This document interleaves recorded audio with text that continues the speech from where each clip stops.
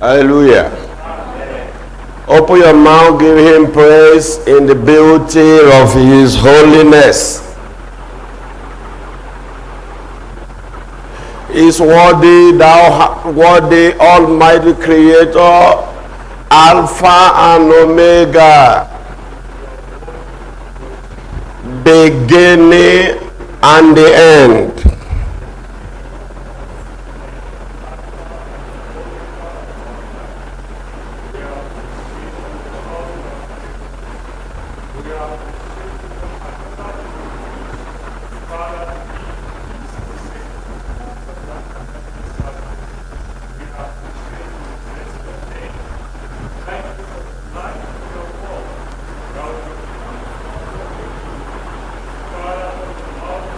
Let the word of your mouth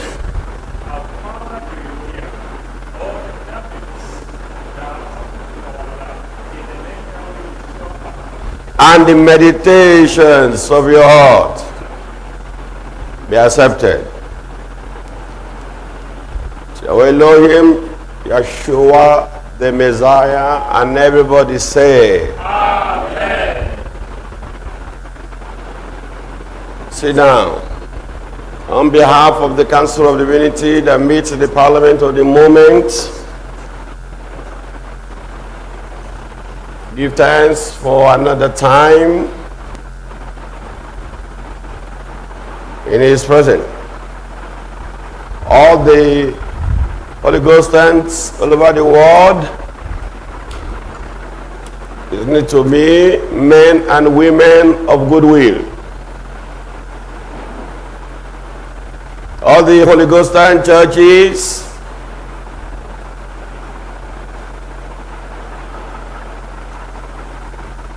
and fellowships,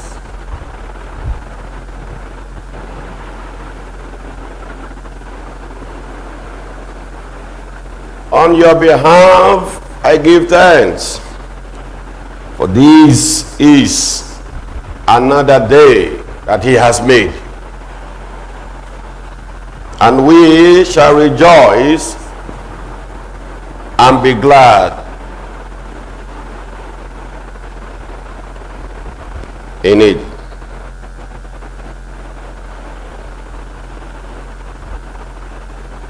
It is important to remind you of one or two things.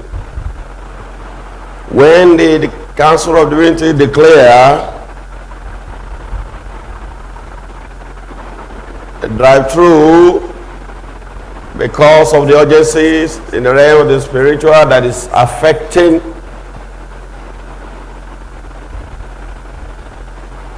the physical. Though all of these instructions and warnings we have been told by the beginning of this year and the crossing over from 2021.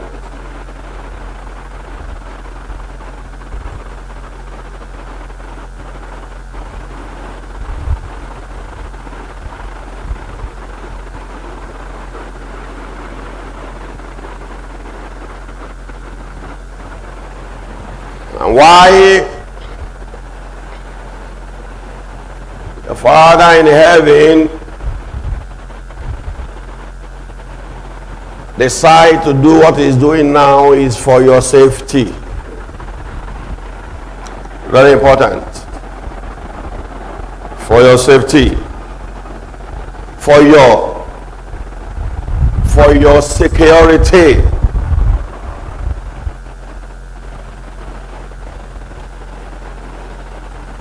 So if you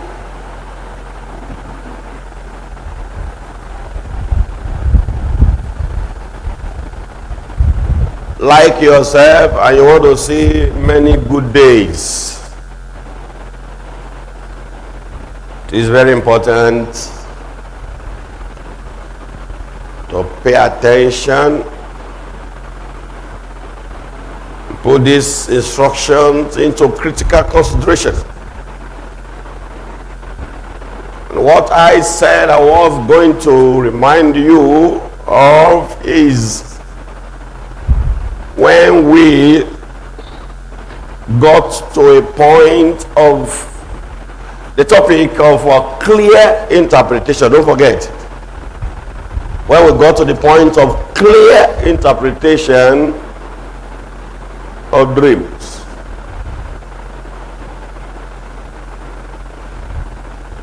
And we also did mention due diligence. Due diligence that made me to even begin to define sleep to you. And I said, many of you cannot dream, you are not dreaming, you cannot interpret your dream because you are not even sleeping at all. So when you close your eyes and you lie down, you are not sleeping. That is, scientifically, by the definition of sleep,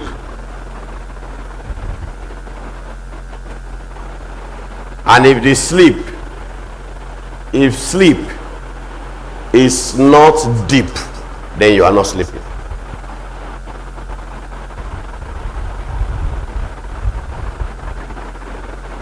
For a clear revelation to come to you, and maybe clear interpretation of revelation, especially the one that is coming through dream, even the vision that will come through dream, there must be MUST, don't forget, MUST must be a deep sleep. The sleep that you are sleeping, and you see here people talking in your compound, you are not sleeping.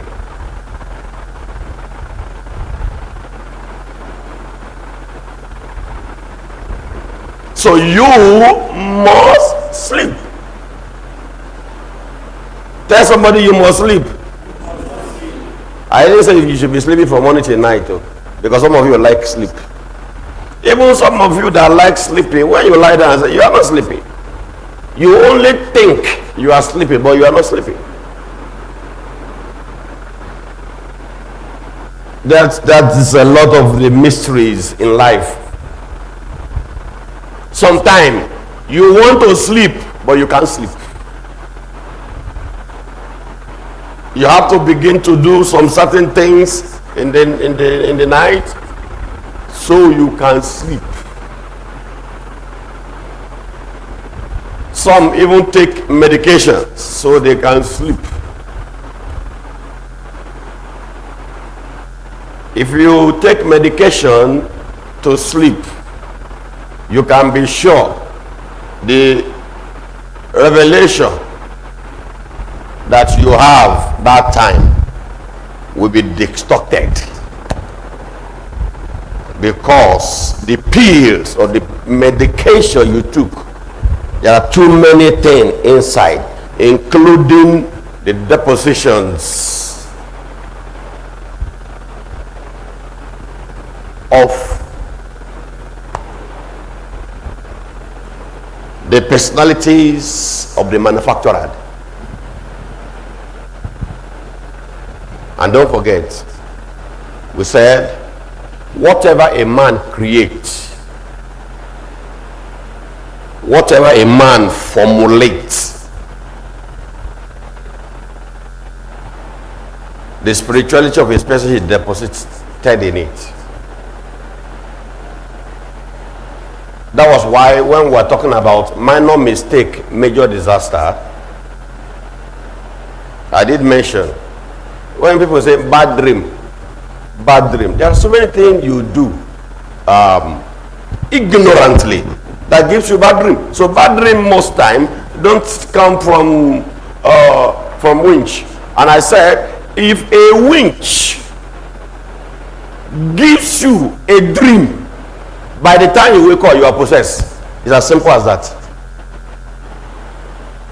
Because the dream, a winch give you, we treated it when we were talking about every dream is holy. when we now separated the dream, which is only one, the dream that is not holy, and the scripture call it filthy dream and or filthy dreamers. And I try to explain who are the filthy dreamers. The scripture did not explain too much about it. Now, that's why you need a prophet that will explain all of these things to you.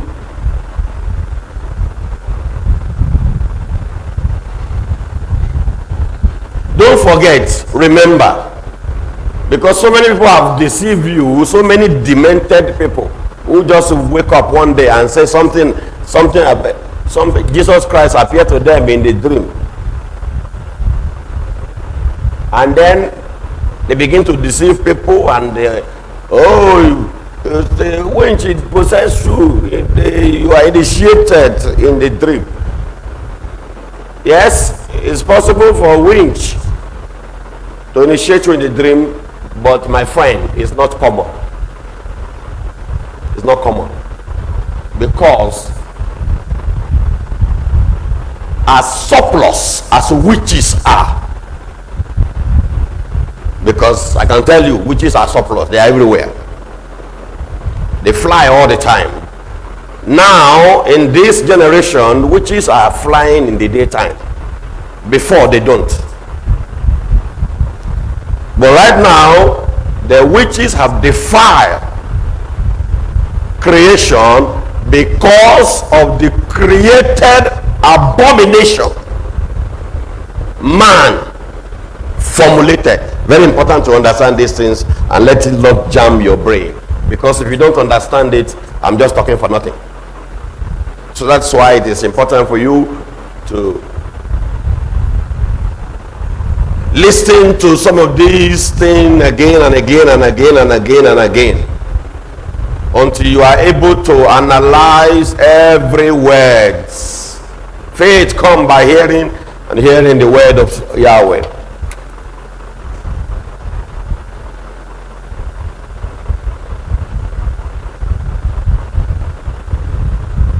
If winch have the power to possess everybody like that in the dream, then nobody will go to heaven, because they want to. But the issue is they have limitations. Can you just say somebody around you which is have limitations? Anything that does not have limitation is not allowed on earth. Nothing is allowed to function with reckless abandon, without limitation. Even human beings that are very rowdy, very loud, very arrogant, they have their limitations. What is their limitation? The ultimate limitations of every man: death. No matter how arrogant anybody is, that's a limitation.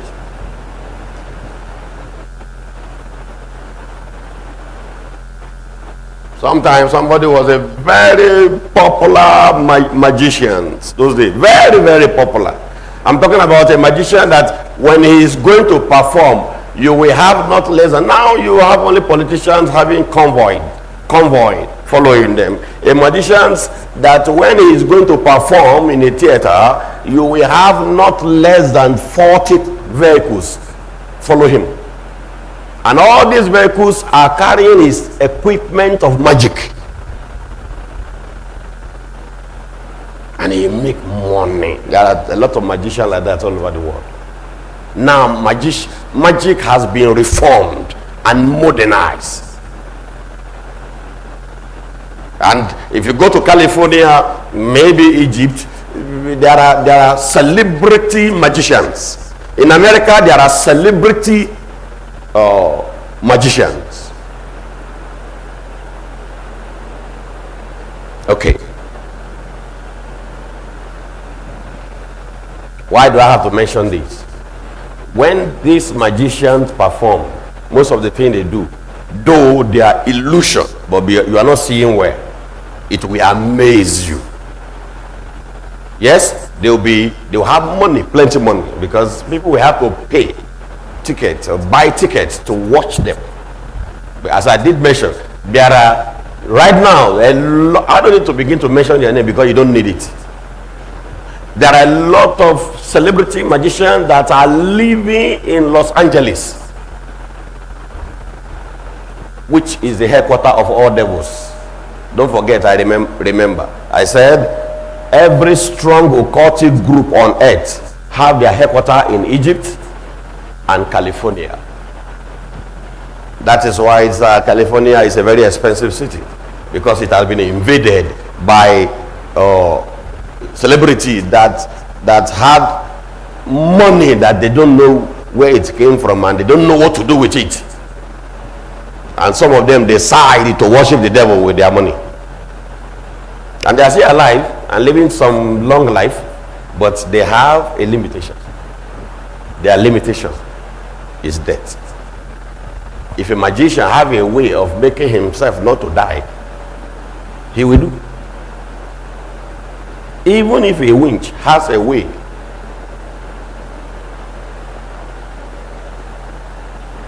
of doing something that will not make them to die, they will do. If the richest people on earth have a way of making themselves not to die, that's why most of them surround themselves with all kinds of things. At the end of the day, most of the things that they surround themselves with, like luxury life, expensive life that their children cannot even maintain when they die. They now find out that all these things they are gathering will actually lead to their sudden death, because Solomon called it vanity upon vanity. Let me come back to what I said before. Anything that is created on earth that does not have a limitation, not permitted. Not the earth of the now. It is the limitation of the creatures that makes them to fear the hereafter, including the great pharaohs. That was why the great Pharaoh formulates the hereafter for them. Many of you that knows Egyptology, you know, when every Pharaoh is dying, they put all kinds of things in their pyramids. In other words, the grave of every Pharaoh is their pyramids. Because when any Pharaoh dies, even if the Pharaoh die young, they will do a pyramid. And the pyramid is like a molded house with a very serious ancient architectural design, which up to today most of the civil engineers are still amazed where they get all of those things from. And I told you clearly, there is nothing on earth today that is more knowledgeable than the spirit of the dead. And I try to explain in the little way you can understand it, that when every intelligent man is about to die, they must submit all their knowledge completely before they are allowed to die. That is to say, that intelligent man, I don't want to bother myself if he's a professor of whatever on earth, professor of science, the professor of astronomy, the professor of whatever. When this person is dying, the A for apple they taught him or her in the nursery school, he must forget it at his death bed. That is to say,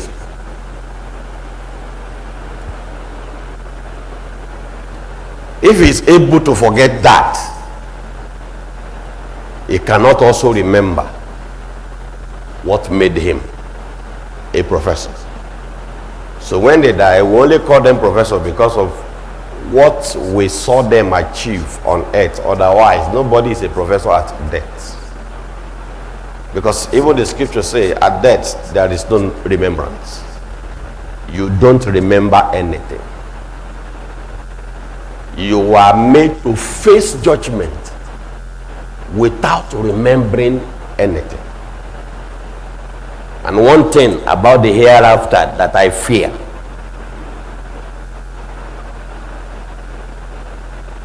there is incredible judgment. In other words, nobody can cheat you.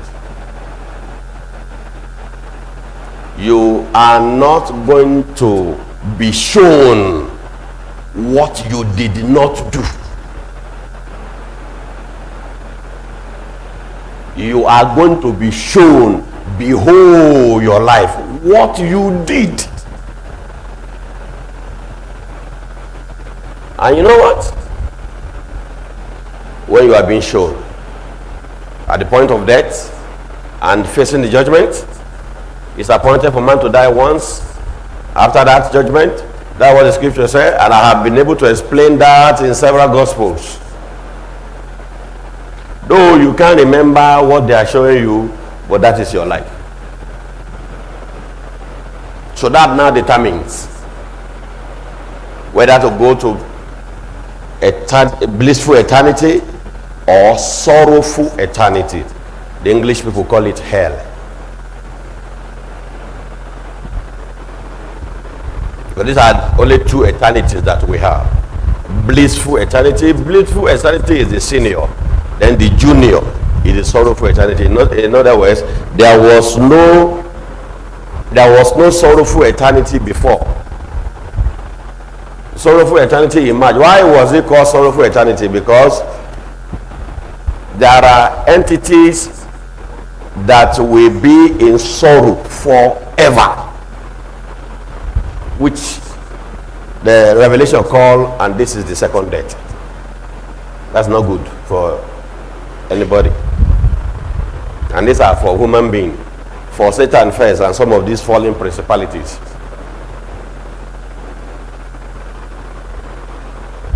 And then human being. As for human being, it is not in their nature to experience sorrowful eternity. That means when human beings go into sorrowful eternity, it is more painful than when Satan goes there. Why? Because Satan is already a spirit.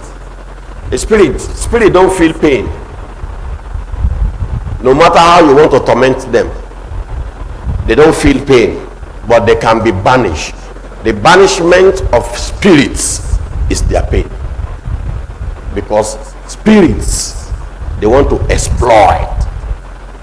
They don't want to be caged. When spirit is caged, then something extraordinary is happening. Only, remember, don't forget, only from the Creator, because it is only the Creator that can cage a spirit, no other thing on earth. So it's either somebody that have the ability that have been enabled from the Creator to cage a spirit. That was why I said to you, if anybody decides to become a rebellious human spirit after their death, leave that to me. I know how to handle that.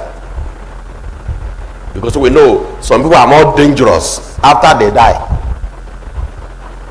than when they are alive. Now, how to handle their ghosts after they die, leave that. The ability to handle spirits is exclusively, remember, don't ever forget, in the hand of the Creator, and no other powers can do that in creation. And any other power who say they can do that in creation, they are deceiving you. Because spirit is like the wind.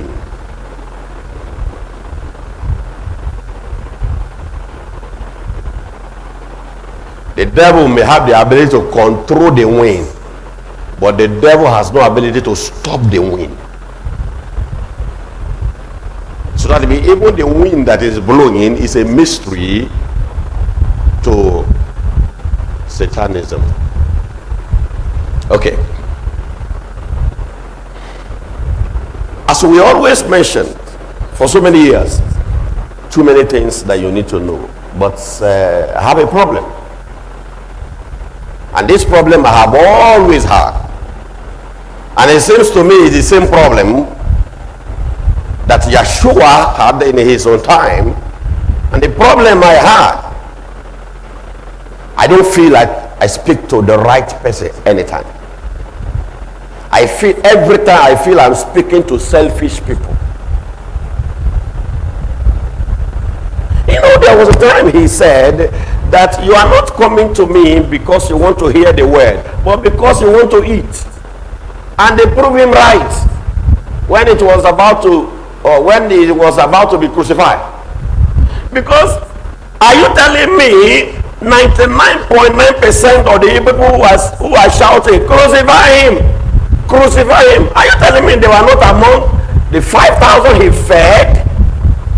Jerusalem was not big as at his time, or just a village that you can just walk across like that with a leg. Maybe one day you have crossed to the other village. Except you are going far, as I did explain in the previous gospel. Except you are going far as Capernaum. That is the village of Sephar. That is Peter. That you may spend some days walking in the wilderness, not in the bush, not in the forest. Sometimes extreme cold or extreme heat.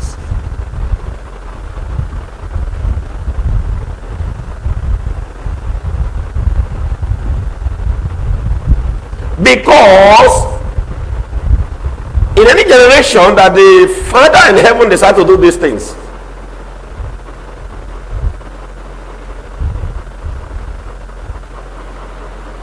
the mind of humankind are always the same because of the fall of Adam. Man is always looking for what he will get now. That makes man a miracle seeker. But you are not created to be a miracle seeker. You are created to be a walking miracle.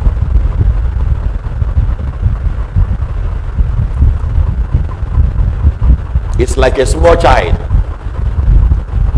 that have the knowledge that there is food.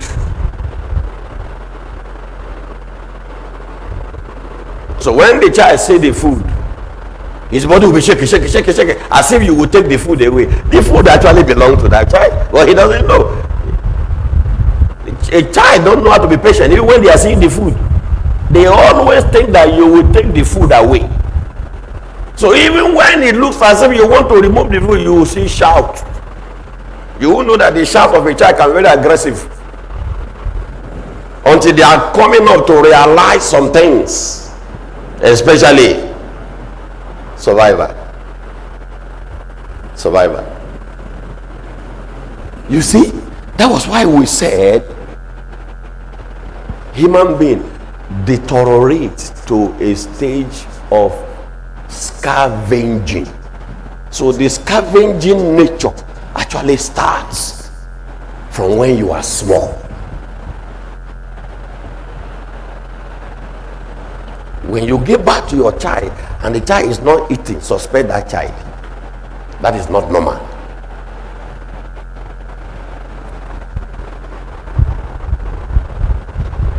Yeah, a child may eat, or children may eat when they grow. When they are growing, child or children that eat as they grow, we hardly get sick. But don't think that when a child is eating when they are small, they will continue to eat like that when they grow. Some of them, when they grow, they will not even eat as much as they used to eat when they are. That's this natural scavenging thing. Man is desperate because there is this nature in man that he has lost something, and what he lost was actually what came from Adam. And he became a nature. Became a nature.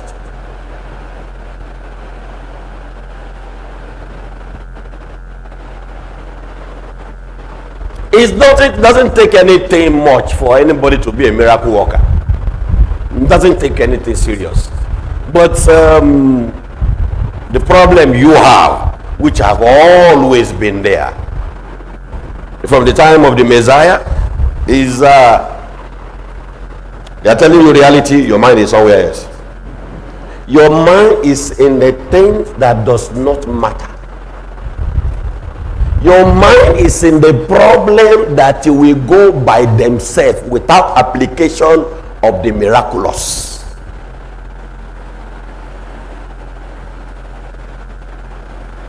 But there are things that will not just come to your life until you acquire it. There are things that will not just come to your life until you acquire it. And if you do not acquire it, you remain retarded till you live on earth and waste. And by my word, I have prayed for you, and my prayer will work. You shall not waste. Amen. Because by the quality of the things that has been delivered for almost 30 years I've been preaching, no man here their life remain the same. But what you are thinking, I'm not going to give it.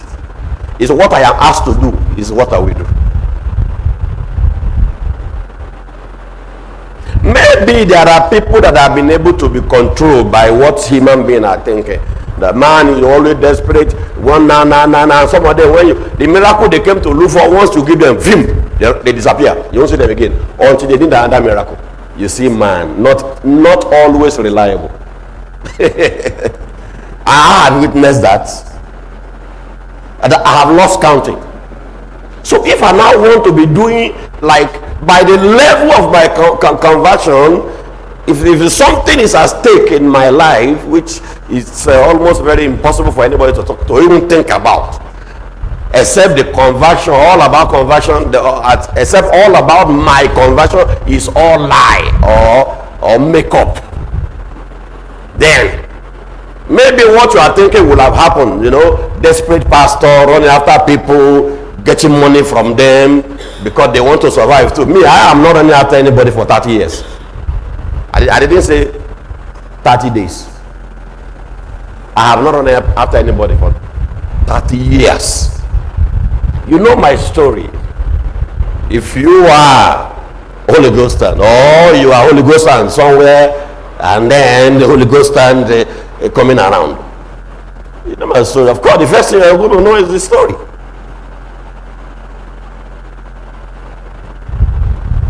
I was 27 years when I left the devil, and now I am 57. Calculate yourself. I have not changed my age, and I'm not going to change it because I am not a failure.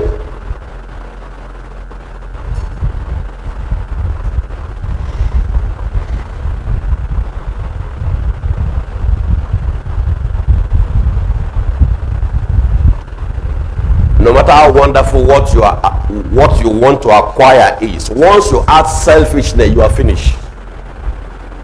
Because you'll be so desperate that reality will be escaping you. You will be escaping reality until you come to vanity. And that is not good for you. This life of impatience. What the only thing that can make you to be impatient is selfish interest.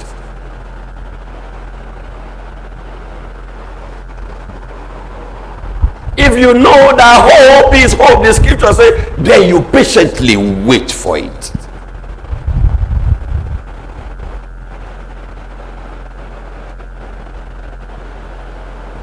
Then you patiently wait for it, knowing that when you are in the able hand of the Creator, you can't waste. And many of you, I know what makes you to be impatient and desperate. And you don't need, nobody needs to convince you that desperation is coming from the devil. It's natural. It comes from people once in a while, but you have to deliver yourself from it. Because desperation will make you to make a lot of terrible mistakes. And I have given all of those examples several times. You know, that was why I told you that Ishmael is not needed as a child in the house of Abraham. Ishmael is, if there is any grievous word that is more than unwanted child, it should be used for Ishmael. Yes, now, don't us, we know the story. I was born in the environment where Ishmael is so projected, so I know the story. Some of the stories that are not in some history book, I know. Some of the stories that are not even in the Quran or the Hadith or the Hadat, I know. Some of the story of Ishmael that is not written in the Bible, I know. Some of them that are not even in the Babylonian record, I know, or in the record of the Pharaohs, I know. And if we have to consider and peruse through all of these informations, a million of informations, you will only come to the conclusion that Ishmael is not needed in the house of Abraham. It's not needed. That is to say, Abraham is better off without Ishmael. May this never happen to you in your time.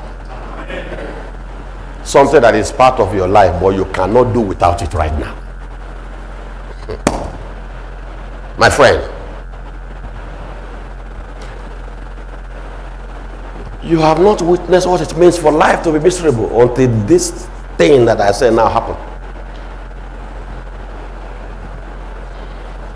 What is not needed in your life that come, and now you can't do anything about it. You can actually get on. This is through desperation. You want to marry, you want to have money, you want to have children. My friend, calm down.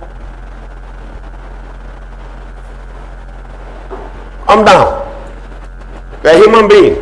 You have a very short time in life. If you die without husband, nobody say you are not going to go to heaven. If you die without a child, nobody say you are not going to go to heaven. But my friend, I said, calm down. Tell somebody, calm down. What matter is you. I've said it several times. No matter what's around you, you first. Say me first. Because one day, husband, wife, child, boy, father, mother, uncle, cousin, relation, tribe men, tribe women, language. When you die, boom, you forget them, and then you only.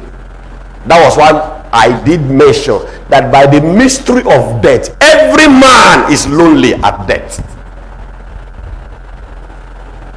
And I gave a very physical illustration. Somebody is dying, and you are his relation. You are by his side or by her side. He's dying away. It got to a time. Physical illustration, how people die. It get to a time. They are by your side. Yeah, they are talking. They virtually put their mouth inside your ear, which they don't really need to do when you are, normal.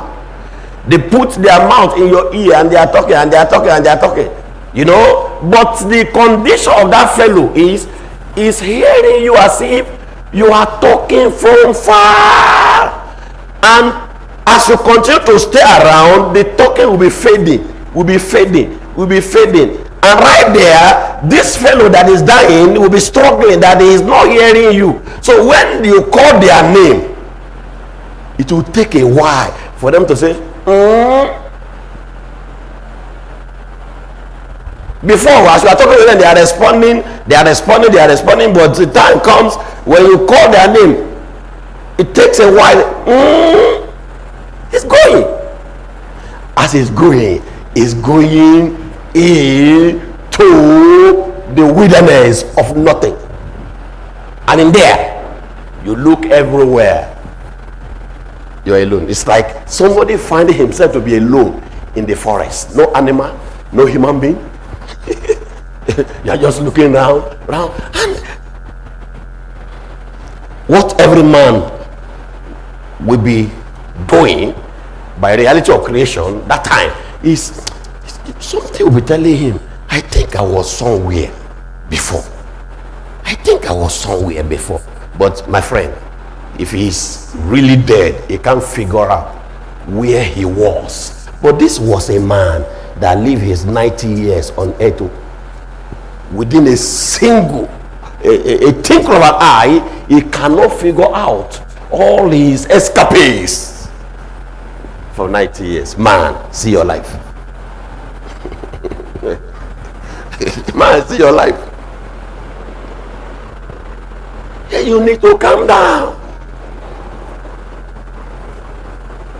And the best that can happen to you in this life is to early, very, very early,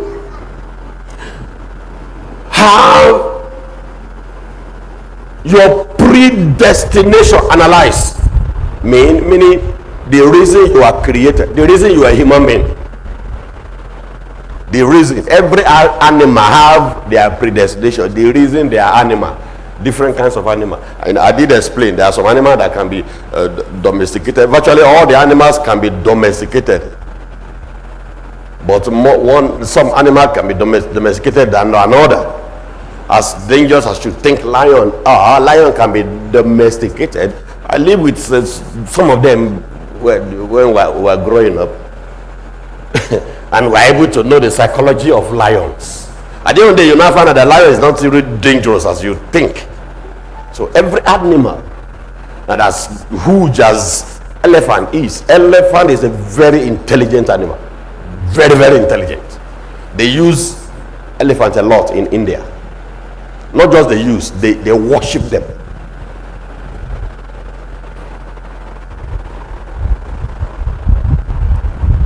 Why did I say this? Every animal have their predestination. And the predestination of animal include what they will eat. Some animal eat fruit. Some eat grass. Some eat root. They dig. They know different kinds of plants. They will dig and eat the root. And by the ability of the wonderfulness of the Creator, if that is English, the roots they will eat is surplus. As they are eating this, so many is growing in so other places. So they will never lack that root. And you know, as animal can give birth, except few that just once in a year they give birth and no more. Some can give birth to multiple, some is just only one. And the animal that give birth to one, they easily go into extinction. So animals have their predestination. So is it human being that we know how? But for now, by the analysis of creation, it is only human beings that do not know their creation at birth. It is only human beings that do not know their predestination at birth. By what is happening now. That is why it is only human beings that need a savior. The animal never lost their nature. It was only human beings that lost their nature. If animal had any problem, it was a problem the human being gave them. Did you think about something? Did you think about something? In the book of Genesis chapter 3, when they were driven out of the garden. They were actually in the garden with so many animals. What happened? Those animals were not mentioned. See, they were driven out of the garden. Only Adam was driven out of the garden. And the garden was locked with guards.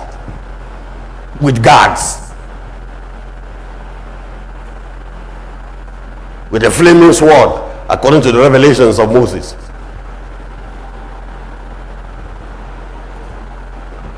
But those animals, the animal he gave them to, don't you understand what I am saying right now? The animal he gave name to, where were they as at the time they were sent out? They were never mentioned. Mystery of life. The animal are just there in their originality. It's Adam, only Adam that know what happened to him.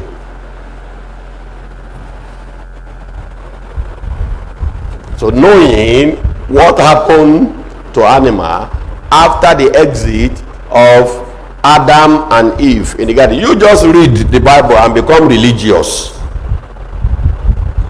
Because of half thing they are teaching you in so many churches, you are trying to run away from.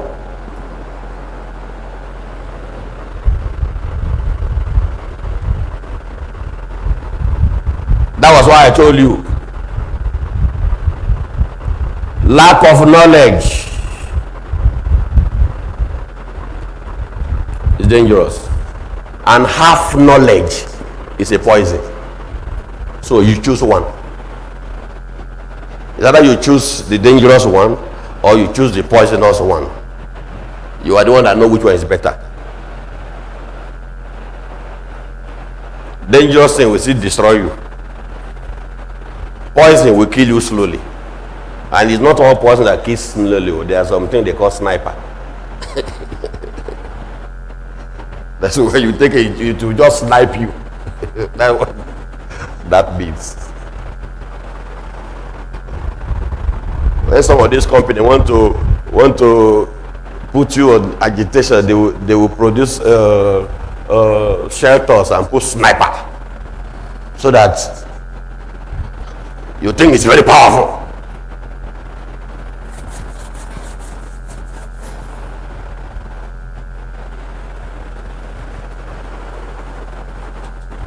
You see the way I live my life.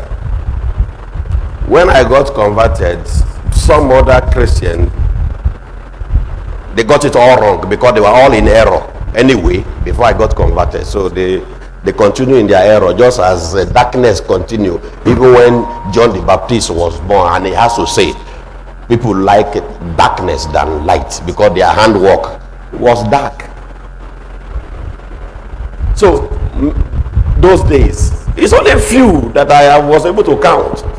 Those days when some Christians, especially pastors, once they see me, I go to a place, I just give a talk.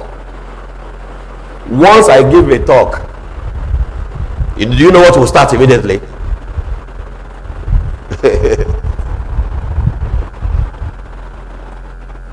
Aggression will start immediately.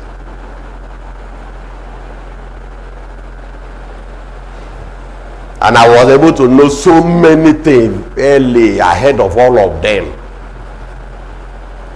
So whenever I am invited to any church those days,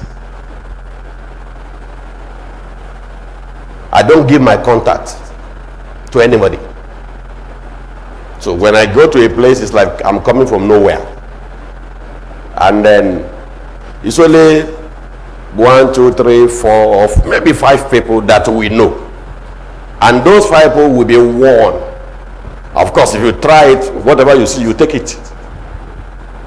Wherever you come to pick me from, don't ever tell anybody.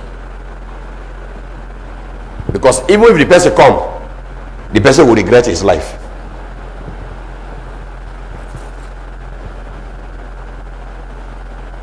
It's all wisdom. What is the wisdom all about? I've gone to that church, deliver what I have to deliver. They are on their own. I am on my own. Let nobody come and be seeing me in the corner.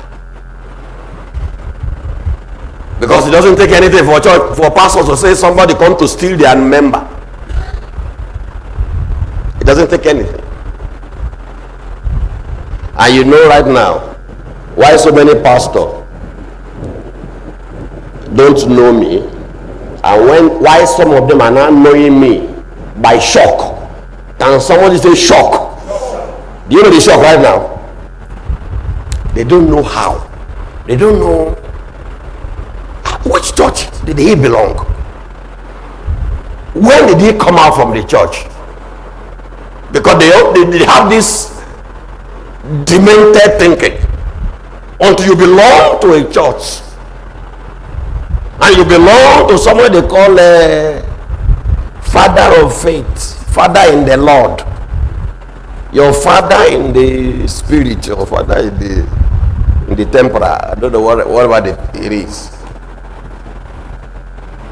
And then you leave, you break away. That's the language. You break away from your former church, and then you carry some crowd.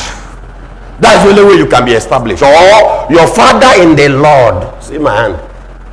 In the Lord. It is British that taught you that, so interpret it.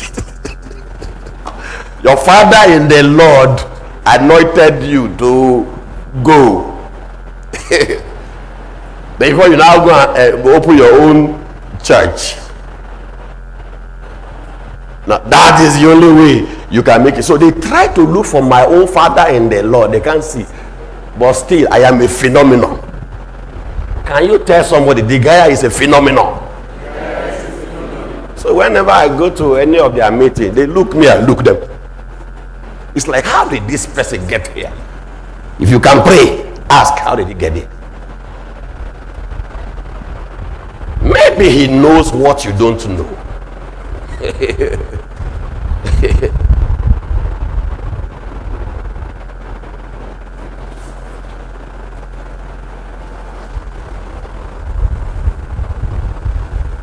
And somehow, some of them have some kind of,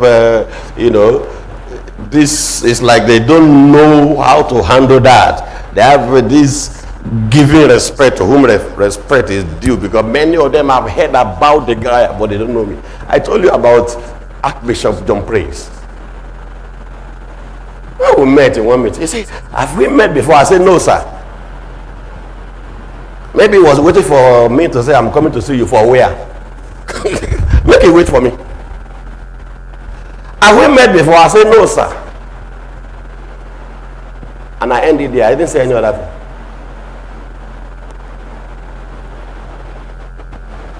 Because we are sitting, look at it, I was sitting in front. Anywhere I go, they always put me in front. I don't want to sit in front too. They carry me and choke in front.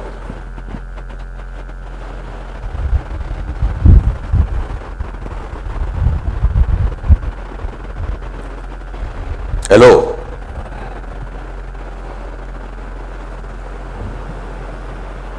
What then shall we say to all these things?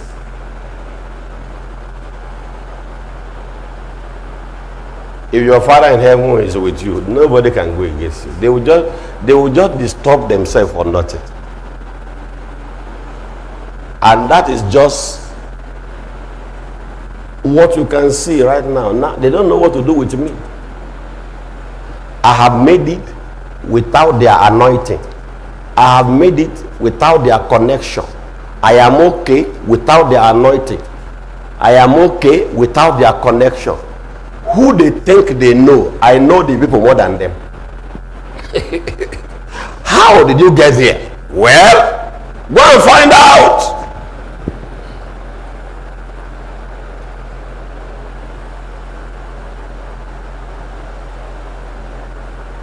It was like that man asking me in South Korea. He said, Bishop, how did you get here? I said, how? I mean, to this kind of place. I said, I don't understand. He said, I'm sure you are aware where you are. I said, yes. You are aware this kind of gathering? I said, yes. He said, I mean, did you pass through the government house of Nigeria? I said, I don't understand. No.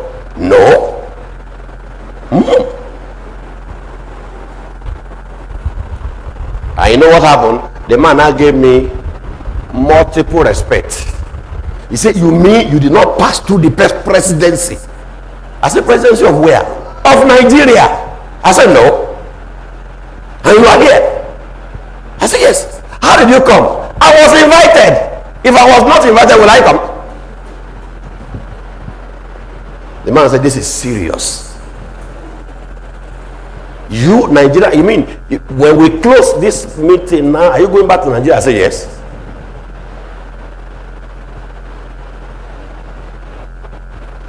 See, my friend, that is how you should be an amusement to human being in your own predestination and capacity. And that is how you will also be, you should also be an amusement to any level of Satanism. They don't know what to do with you.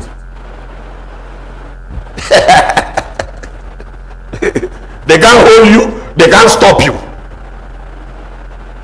And the only thing they can do is just to avoid you, because they know anything that will make you to act, you will spoil matter for them. One of these days, you will get there. I say one of these days you will get there. Now we try to explain when we are talking about clear interpretations of dreams. Now all of the things we have said so far, we are saying these are part of the thing you have seen in your dream, and you are giving it a wrong interpretation, and the wrong interpretation that you have given to some of these very important life information, generational information, the wrong interpretation you give to them, or the wrong interpretation somebody gave to them for you, is what makes your life to be where it is right now. So you don't, most time I see Christianity in what I call psychological comfort. It shall be where, it is where, it shall be where. You are getting old. It is where, it shall be where, it shall be where, it is where, it shall be where, it is where. Is anybody disputing that? My friend, do the right thing. First thing first. If you don't do first thing first, you don't do the right thing, it shall not be well. Because what will make it to be well has been revealed. So you do it. Do not ignore what has been what has been revealed that you must do, and you are now claiming, you are speculating, abandoning reality. It shall not be well. Because you are ignoring the necessary principle. It's like you want to begin to climb the tree from the top. Good luck if you can do that. You climb the tree from under. The scripture says stage upon stage, precept upon precept. So what I am saying is not out of place, and it is not outside the scripture.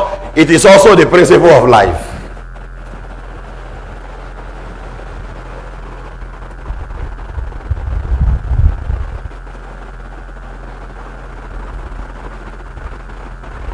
And under that clear interpretation, you will say you must. And I gave you the definitions of sleep, and I'm not going to go into that right now.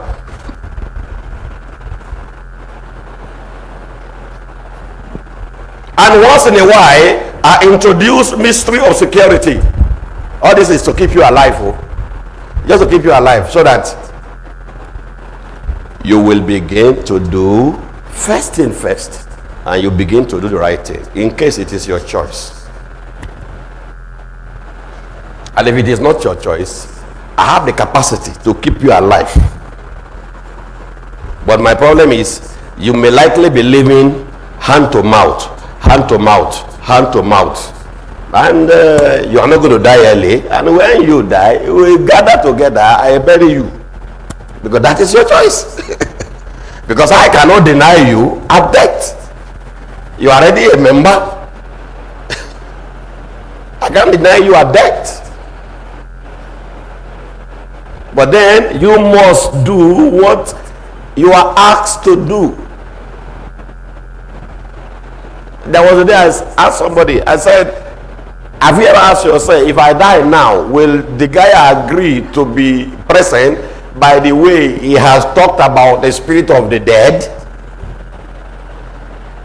And then you have to answer yourself, If the guy agreed to be at my burial, then I have gone to heaven. If he did not agree, heaven help me.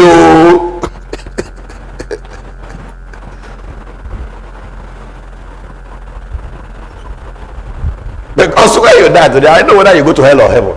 Don't ask me how I will know. And to some people who die and they want to become a dangerous spirit, I'll be waiting for you. Then I will tell you there are people that have been given power to detain spirits.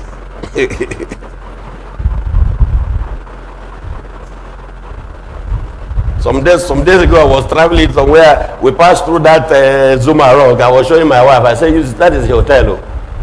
That's the hotel. You see, that is the hotel. They say ghost has entered. And when you look from that hotel, about some kilometer, you will see dissolution. You will see grass overgrowing houses. And they will not agree to give us. They will not agree to give us. Go now and say you want that place. They will call one bogus money. Okay, make use of the place. They will not. Give us. Let Holy Ghost stand. Put Holy Ghost stand camp there and see whether that ghost will see me and say remain there.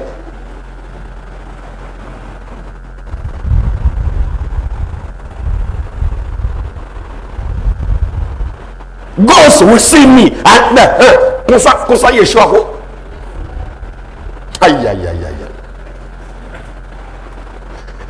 Whatever thing that is standing there, you call it Zuma Rock, it doesn't scare me. We have seen things that is more intimidating more than that. What I am after is not the rock that is standing. What am I after is the speculation of the ghosts. Let the ghost see me and see me. And I was so happy that they have even put some structure. If they dash me now, we will just put one or two things, touch, boom. The place will be shining. After ghosts have seen me and waka, what did I say? After ghosts have seen Degaya and what? I don't need to say anything. The madman of gathering. But Yeshua did not say anything. He was able to identify. That was why I said in the realm of the spiritual, nothing is hidden. There's no hierarchy.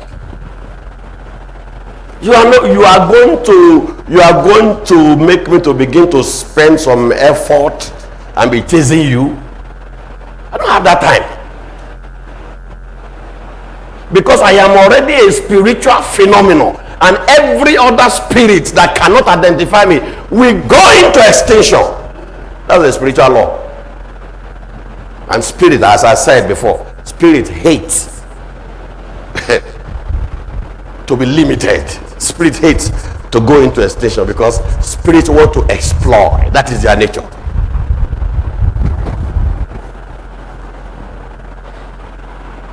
And under that clear interpretations of dream, we did mention 5 things. Some of these things are revelation that has come to you, but you have never been able to interpret it. No matter how powerful or anointed some of the men of God, so-called, you have ever come around in your life, they have never been able to interpret some of this into you, and they gave you the guidelines and guidance. Because I know some of you have been exposed to so many things and so many churches with a lot of dedication, that right now as it is appearing to be a waste. Your dedication in the Holy Ghost will not be a waste. Because by what is happening, if you are sensible, you should know that this is not the kind of place people waste. Except that is your choice. And if that is your choice, I'll just be looking at you.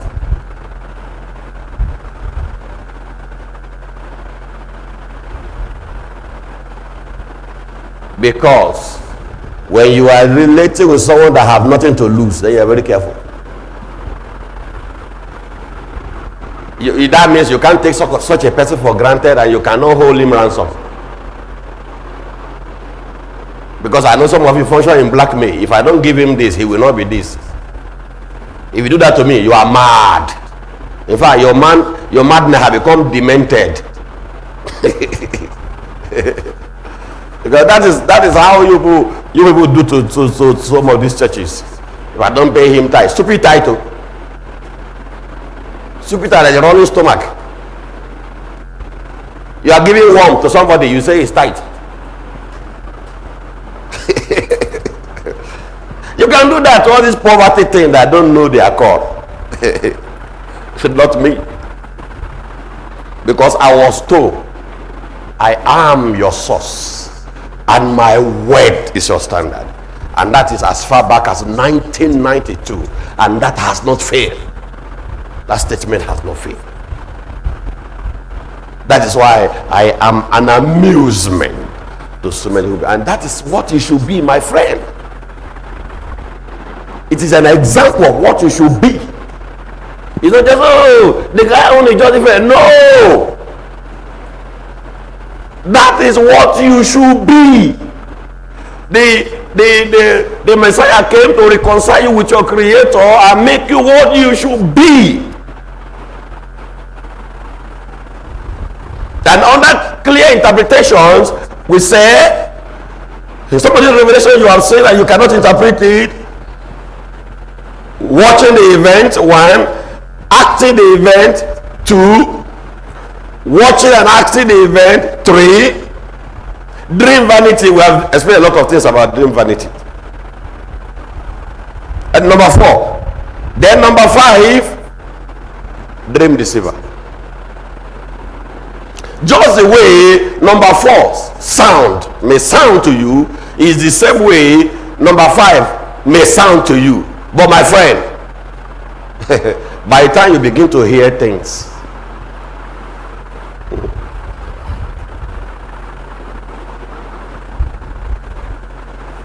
don't take it by what you just heard. Oh, dream deceiver. Okay. You can put 2. Your intelligence cannot reach this level. Just like what I said in number 4. When you hear dream vanity. I didn't say vanity dream. That's a different thing altogether. But this is dream vanity. Now, if you have known this before you reach this level of your life, my friend, there are some certain things you will never dare. And if there are things you will never dare, your limitation will have been reduced now.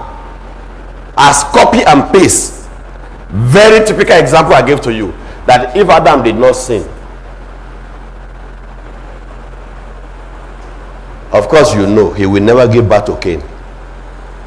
That is sure.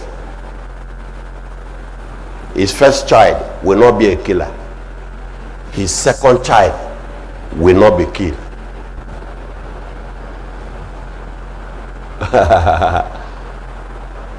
So you see the colossal waste that even the first man in creation witnessed.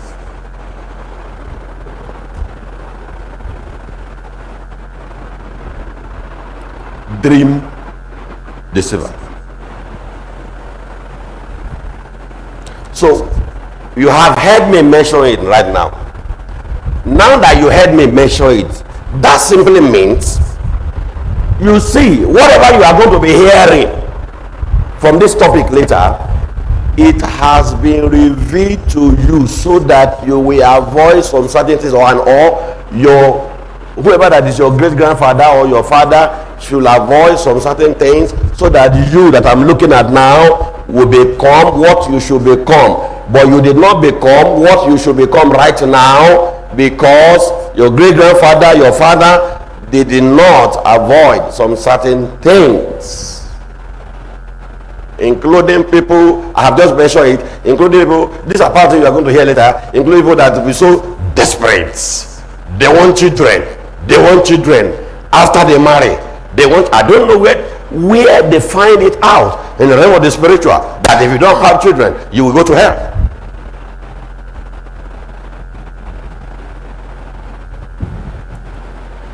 Because they have not even been able to interpret their predestination, whether they are going to have children or not. They just live their life and begin to imagine vain things, and then become desperate for vanity.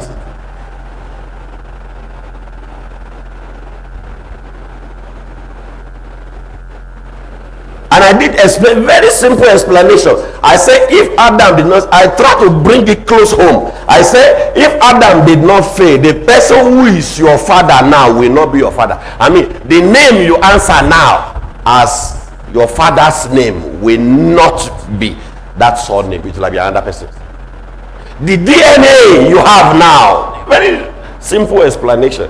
The DNA you have now will not be the DNA. It will be another DNA. There are too many things in the human anatomy of a human being that cannot be altered. Yes, but there are some certain things you will do. What cannot be altered should be altered. That even the DNA of a man can be, of a human being can be altered. That if instead of your DNA to read one thing, it's reading another thing. Because of some certain thing you do. And though you did it, somebody did it, and it becomes a revelation. It's a revelation for you because, see, this is what is on ground, though. Correct it. Otherwise, wastage continue.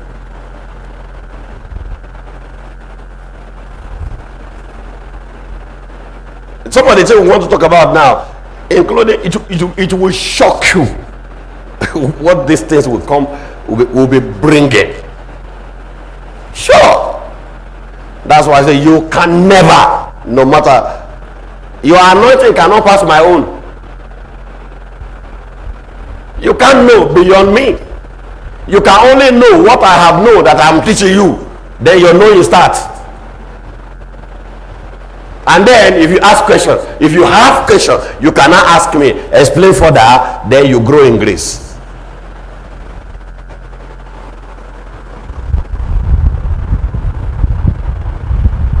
The only thing is that maybe people like us are not many on earth. I don't know why.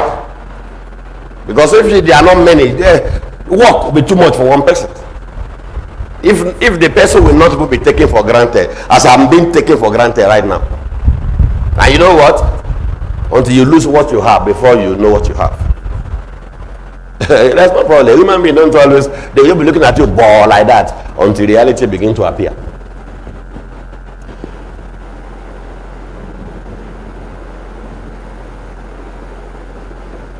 No, you may think it's a thing you do in the secrets. You see, this a dream deceiver.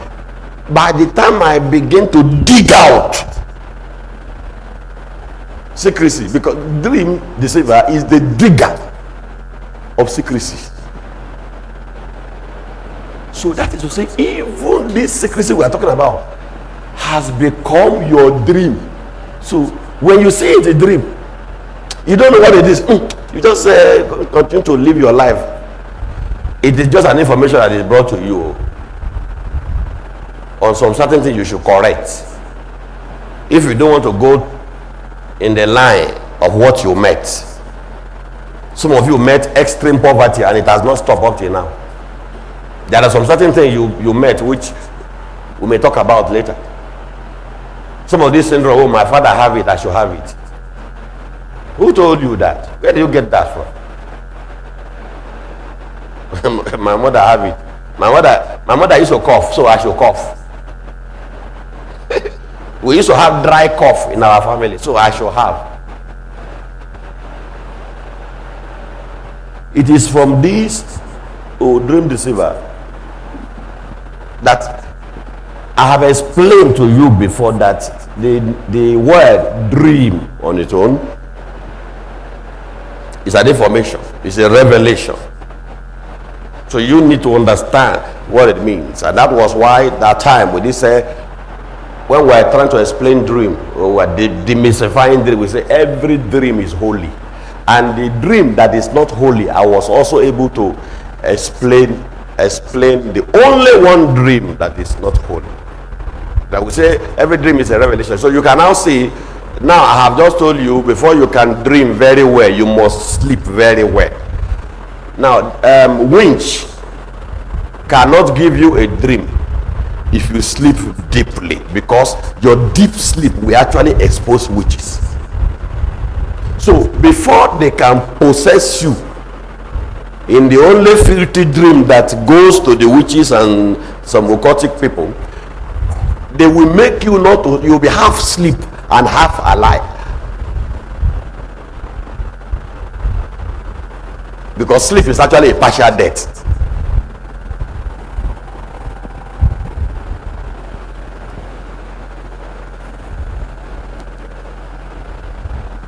I'm not talking about the seduction they give to you when they're trying to operate, because most time when you give a local seductions and you want to operate on somebody, just to give a look at the person can be see everything you are doing, but he may not have too much feeling. He may not feel it much. So you know what that means? You put so that the area will be numb. The area will be numb. When if you have a very big wound in your leg as a result of a maybe accident, they can just give you a local seduction, just inject things around it. With your eye open, you will see the doctor some suture. You give it the first layer suture, second layer suture, and the final layer suture. That is sewing it from the first layer, you sew it to the second layer, you sew it to the third layer, because the wound was deep, and there are some wound that is just is not too deep. You just give it only one suture, and then when after they have given you the sedation in that place, the doctor will sew your leg with a needle. It won't pain you.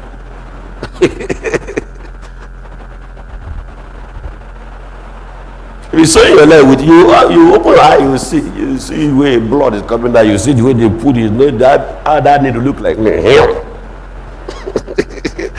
If they have done that, and some of those days they actually use normal thread, but now they are not using vein and there's some kind of things. And if they are sewing it and you don't feel it, wait for the day they will remove the thread. You will cry your grandfather and nothing will appear. Because they can't put seduction again. They can't make the plus numb again. They must remove that thread. I mean as crude. You cut it, that's when you will know that you actually carry wound. So it is easier to suture, so sew your leg wound, to sew the wound when you just have it fresh and you may not feel it much. But the day they will remove that thread, those days. But now they are not using, if you can pay, you can use, they just use something to suture and they don't need to remove anything. It will just merge with your skin, and that's it, to remain like that. That is advancement of medicine.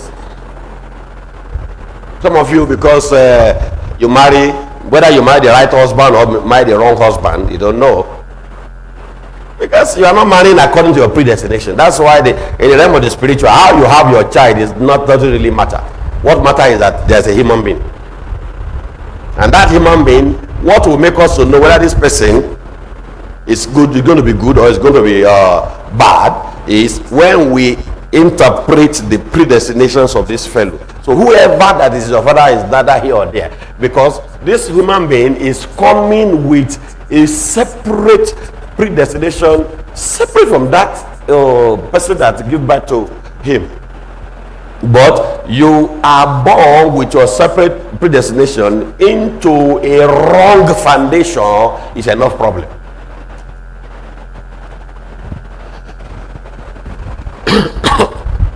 Having a separate predestination born into a wrong foundation is enough problem.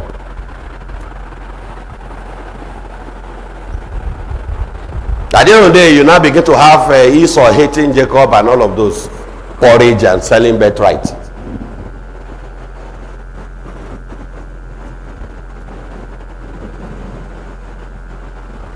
Meanwhile, all these people hating themselves, they actually have different predestination that does not clash.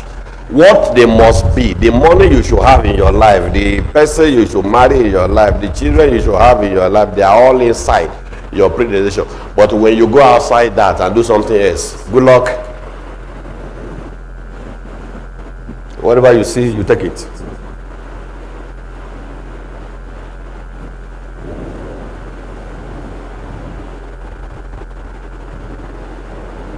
Because as it were, by what I have seen so far, man had already adjusted to living a sorrowful life.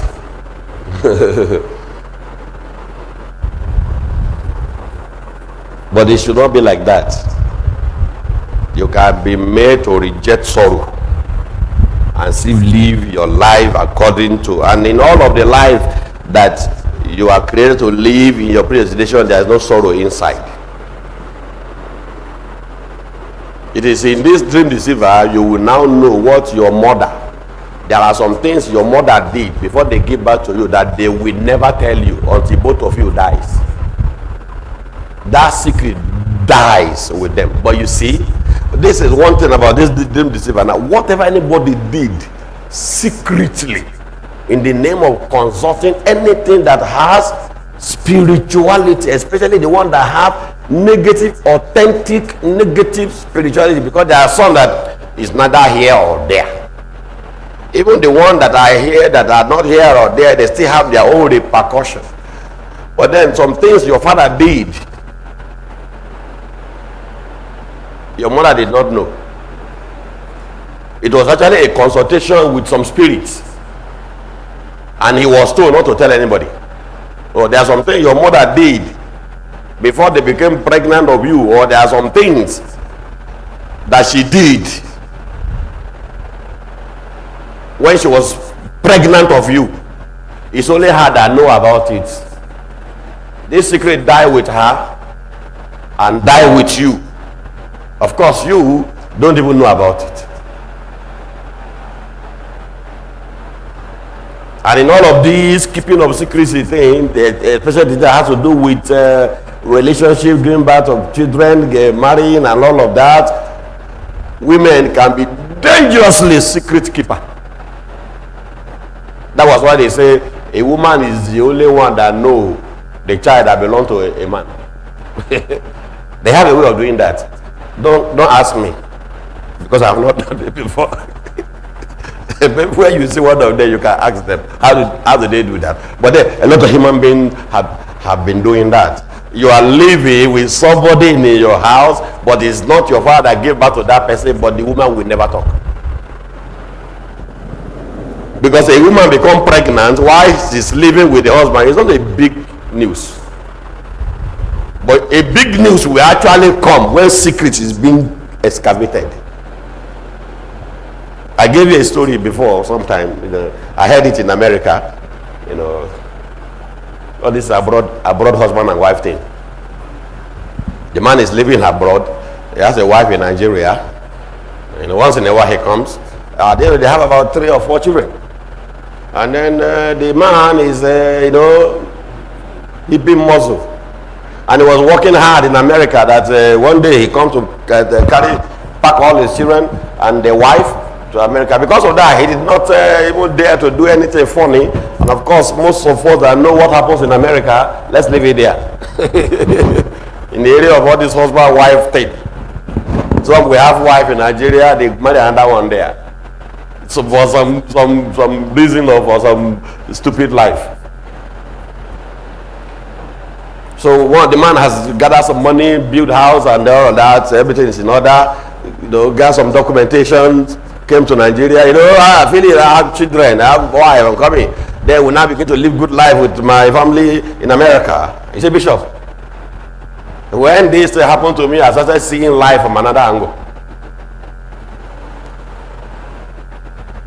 And those days, that's what American embassy does. Okay, all these are all your children, no problem. And the American embassy in Nigeria, they have a way of, they have the hospital they will refer them to. And this hospital will send the result direct to the embassy. They have to test all these children if they actually belong to this man. before they can include them in the documentation.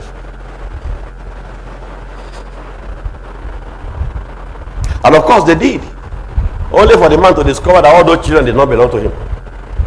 He was sitting down in front of the people that will give them the visas. That is family visas.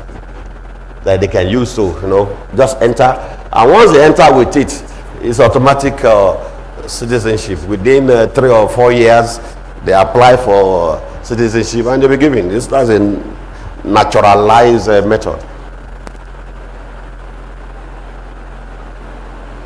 Of course, you take the blood sample of everybody and then they tell them come back again. And they came back again. The person that broke the news say, by what we discover 99, that's how they will always tell you the DNA result. 99.9% proof that this child or these children are your own. Or 99.9% evidence that these children are not your own. So they told the man 99.9% evidence by the result we did that if you take it anywhere in this world, it's the same thing it will be. That 99.9% evidence prove that these children are not your own. And by so doing, America will simply tell you you cannot go into America with another person's children. Otherwise, it will result to smuggling.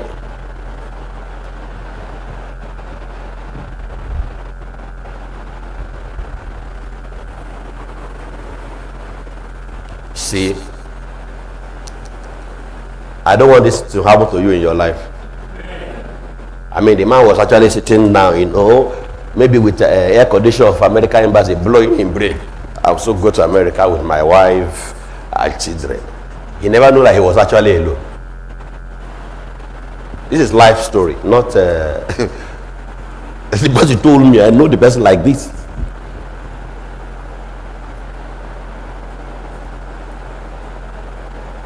Immediately they broke the news to him.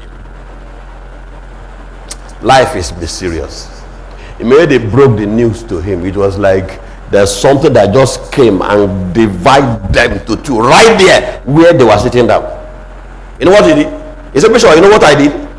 I just stood up and walked out of the embassy, leaving the woman and all these children there. The people that are waiting for them at home, yeah. They also give you your visa, yeah. Because that was what he came for. He came to because he has to go on his own work in America. America, you have to work. The man came back very sad and broke the news. Oh no, what happened? Confession followed.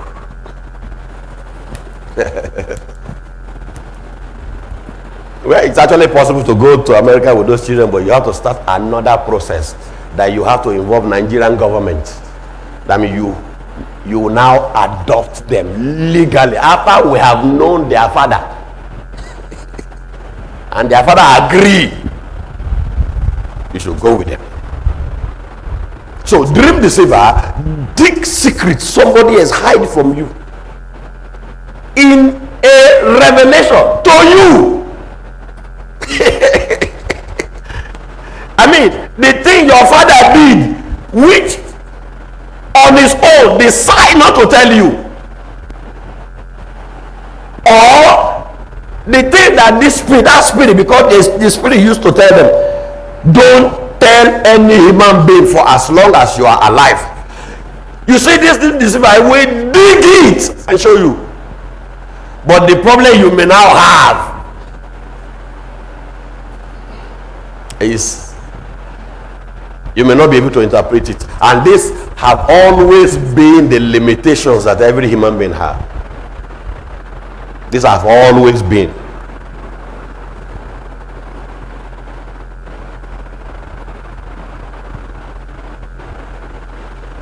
Some things that happens and everybody will be confused.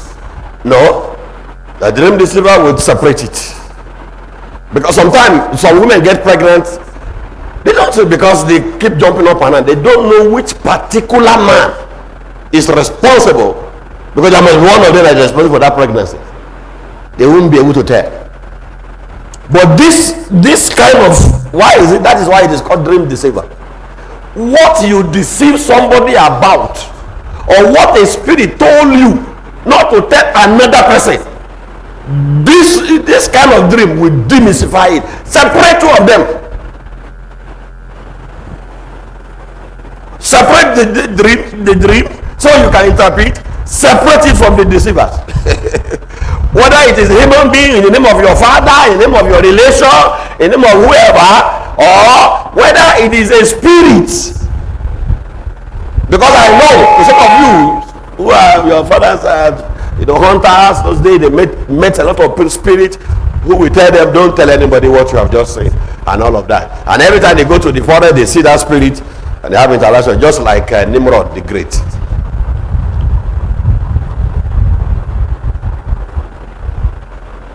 As nobody knew what Nimrod the Great saw until a lot of things started coming out.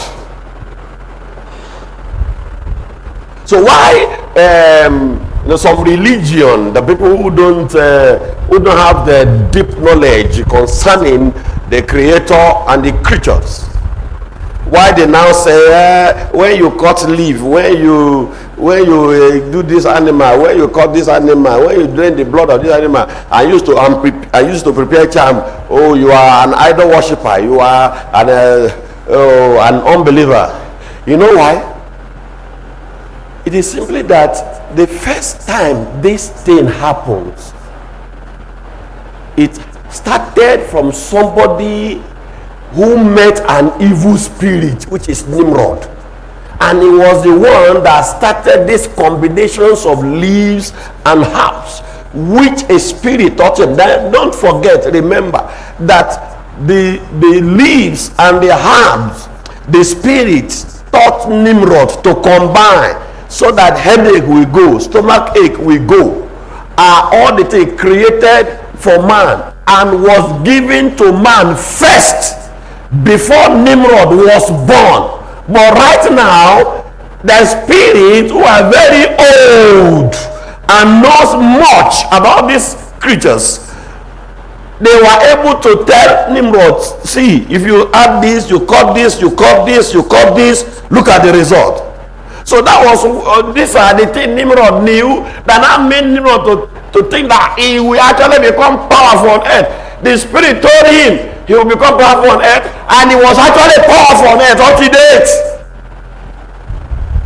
So all of these traverse, telepathy, occultism, manipulation, that you hear in secret occults, all of this danger and of native doctors killing people with charm, incantation, invocation, they all started from Nimrod.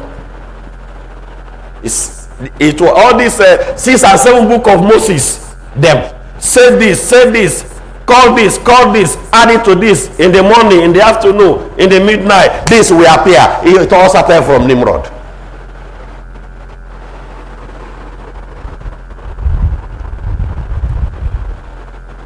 What does that mean? It does mean what the righteous folk should have naturally known. Satan came first and revealed it in his kingdom, and now started using it to manipulate the righteous. Hello?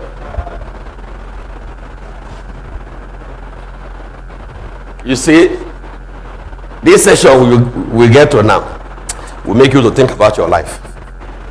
Not just make you to think about your life, it will make you to realize some certain things as even body language from your father, from your mother, from your relations as you grow up. Because my friend, is in all the family of the earth, there are some certain things they don't tell some certain people in so many families.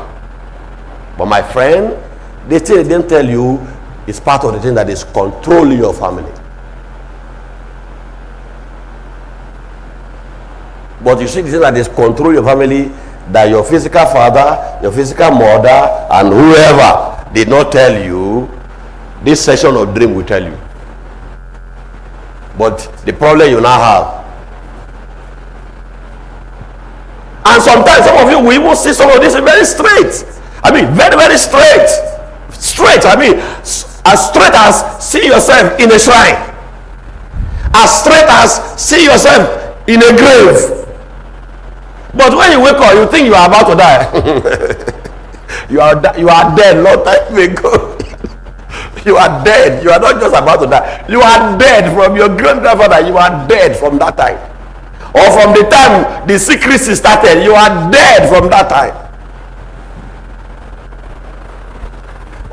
If you are now seeing a revelation, that revelation is only telling you, can you resurrect? Or can you resurrect yourself? Or can you help yourself? Because you are dead long time ago.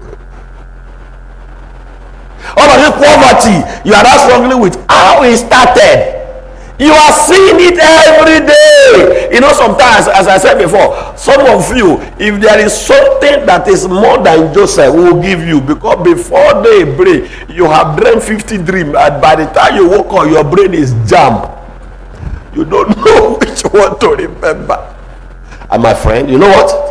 All of them, dream 1, dream 2, dream 50, they have their interpretation. Because of what I have said it this same many times. You are a spirit. You can't function lesser than that. But the worst thing that can happen to a spirit is a spirit that does not recognize who he is. That is who you are. And that is your limitation. Because of what? Because of the destructions of DNA from Adam. That when we begin to analyze some of the thing that has to do with the dream deceiver, you will be shocked. I have not even said it to you. You are already shocking. By the time I begin to say, electric will pass through your head and reach your toe.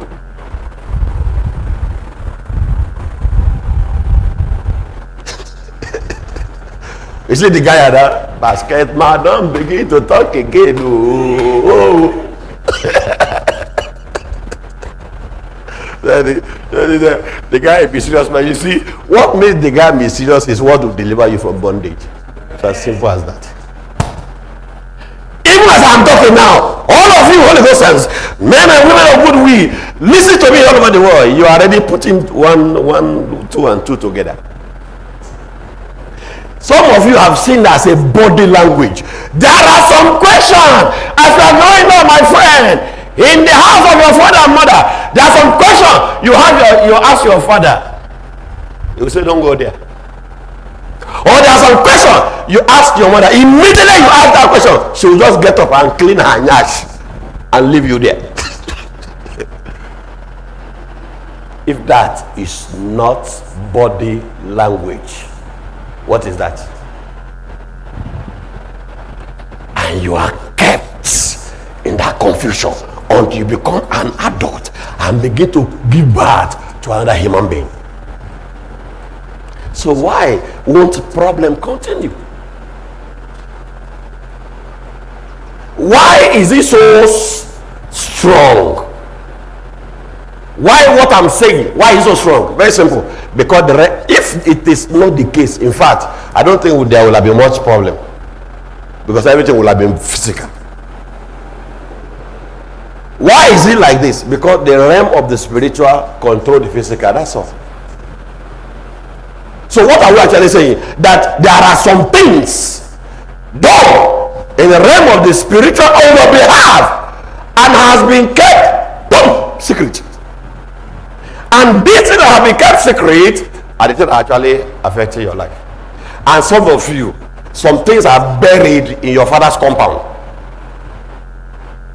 but you don't know. Every time you just go village, you just walk past. You just walk past. You walk past. Your village or whoever or wherever is actually a shrine. But what they bury there, they are under oath. I mean, oath of death. Oath of death means until you die, you would never tell anybody. The person who bury it there, and they usually do it at night or when nobody is in the house. And of course, somebody who lay ambush already know they have their part. Anybody that lay ambush have their part. It is you now that's a casualty. You are the one that don't know anything, but they know what you are doing. They will wait for you. They will be patient. Some of them will pretend as if they are sleeping to see whether you have gone out of the house. When you are coming around, they want you to go out of the house so that they will do what they will do. They will do a flip of burying fear. You wouldn't know. Before you know it, you grow in a shrine. A shrine dictated by satanic movement somewhere imported from where you will never know. Of course, if you don't know what it is, they won't tell you where they brought it from. It's only a few of them they will tell you.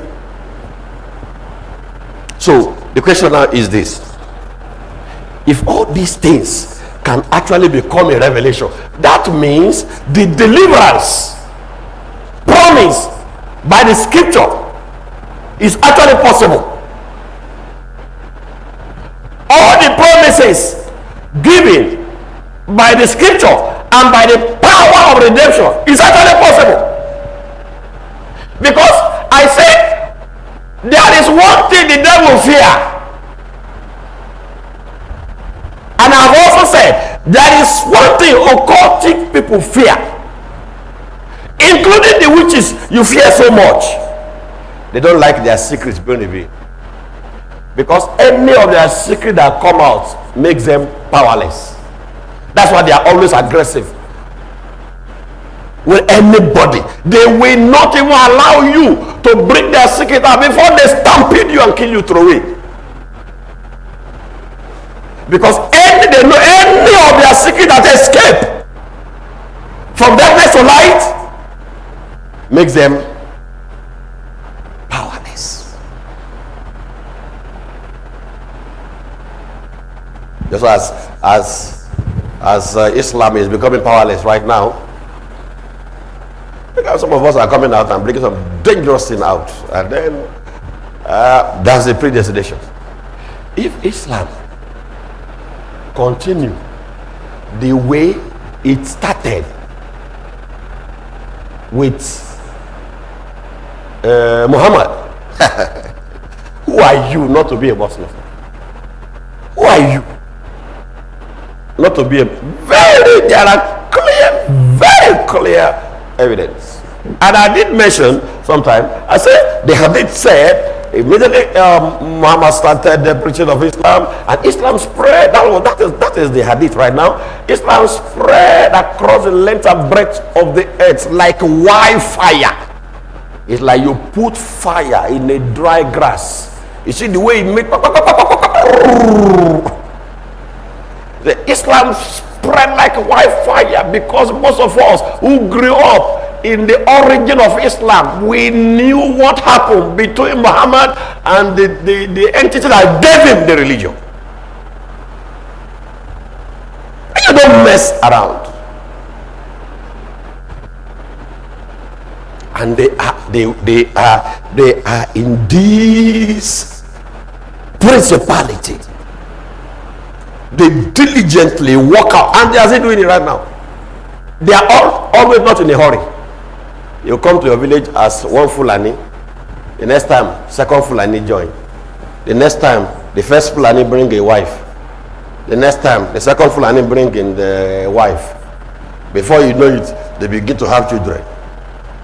You see their cow. What is in their mind is one day their children will take over this village. That was how they took over Turkey.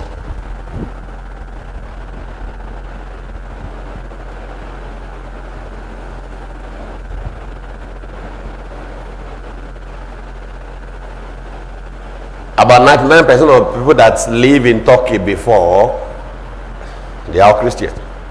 And I have just told you that according to Quran, 70 bishops, as at the time of Muhammad, Christians have been ordaining bishops. So you can imagine how far Christianity have gone before even Islam came. 70 bishops that visited Muhammad in Mecca, they came from Turkey.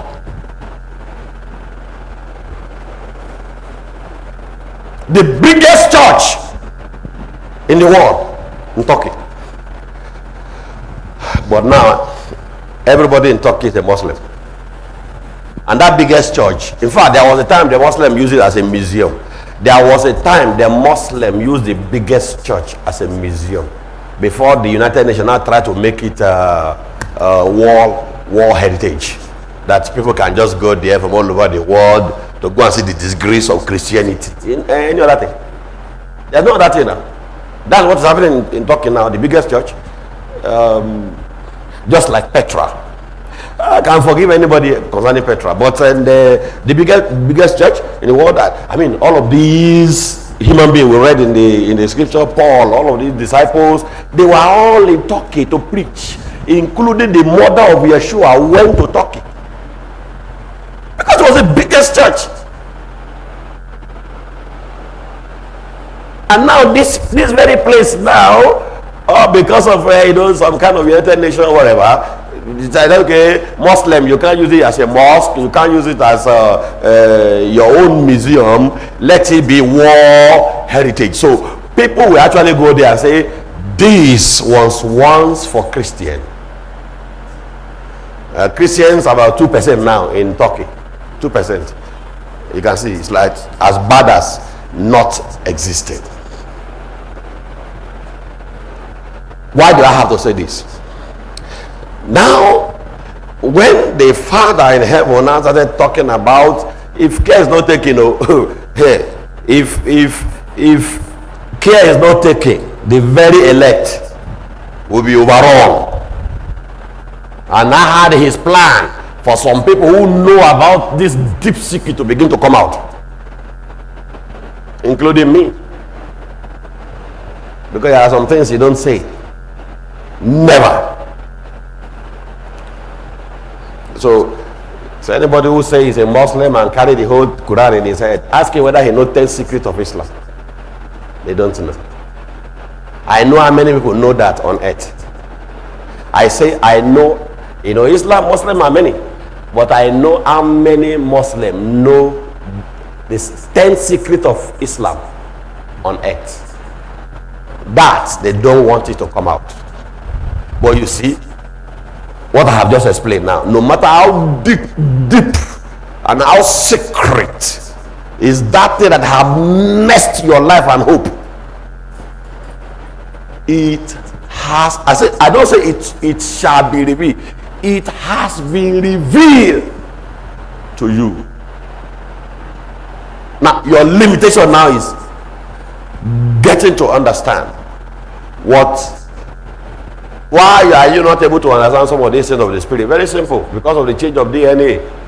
I keep saying that because I know what I'm talking about. I say if Adam did not fall, somebody who is your father, maybe you are Christiana, Ogologo, Ajogondo, Ajumbantu, Kwantu, Kunchu. Some of the names that they don't even know where it came from. But some of them we ask, what is the meaning of your name? They don't even know the meaning of their name. Some people's name is enough invocation. There is no need to invoke any devil. When you mention that name, you are already invoking.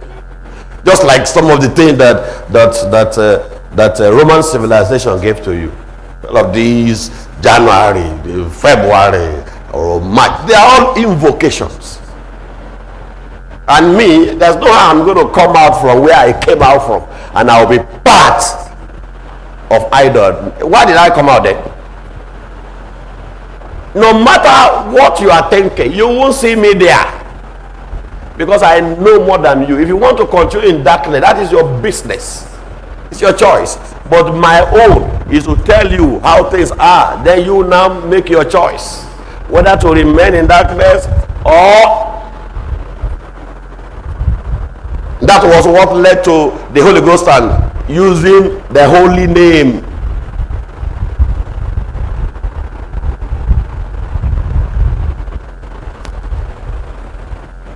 But right now, everybody has been colonized. And I'm using English. As if English was the first language everybody on earth ever spoke.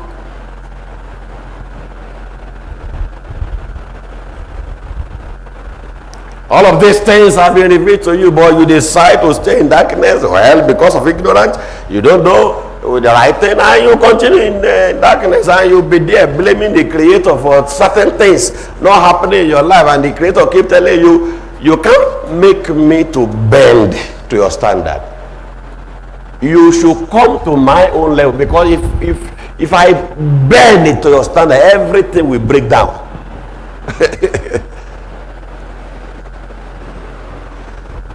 Why is it that you cannot understand all of these things? It's change of DNA.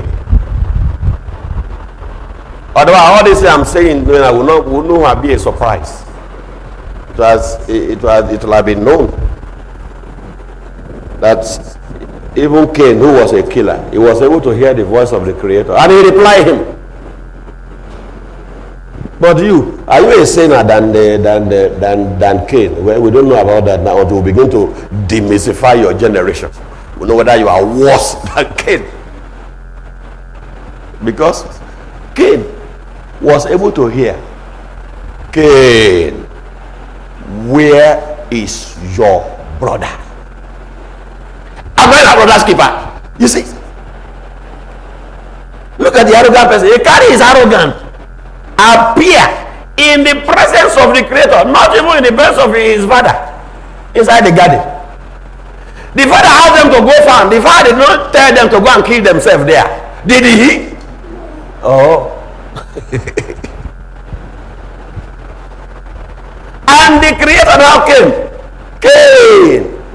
Where? It was not Adam that asked him. Where is our brother? Am I? See, he did like this. Am I my brother's keeper? You are talking from something from up that can crash on you and you'll be grounded. And you are still arrogant.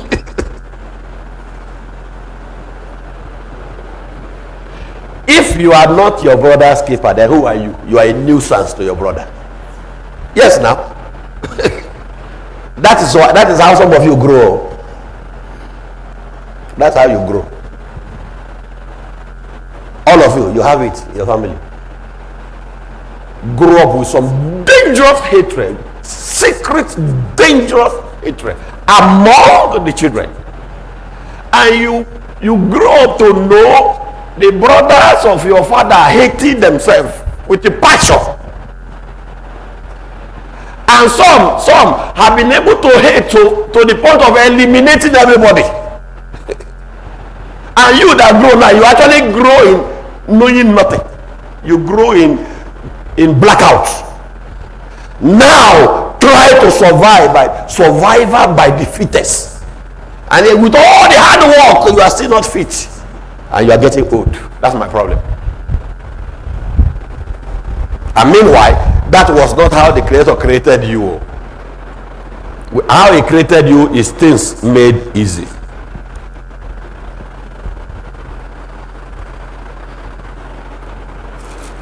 Look at Zechariah. Zechariah.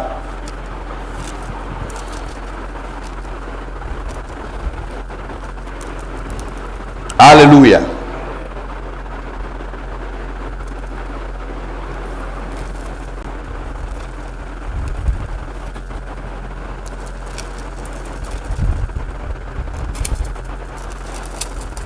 I want to show you what this prophet revealed concerning dream deceiver, for you to know what I am actually talking about.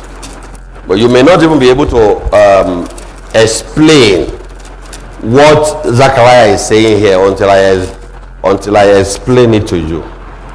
Because in this section of Zechariah chapter 10, actually the whole of that chapter 10, the way they divide it from verse 1 to the end, there are so many things this prophet said here that all of them, they are separate revelation on their own. That means all of the verses there stand alone.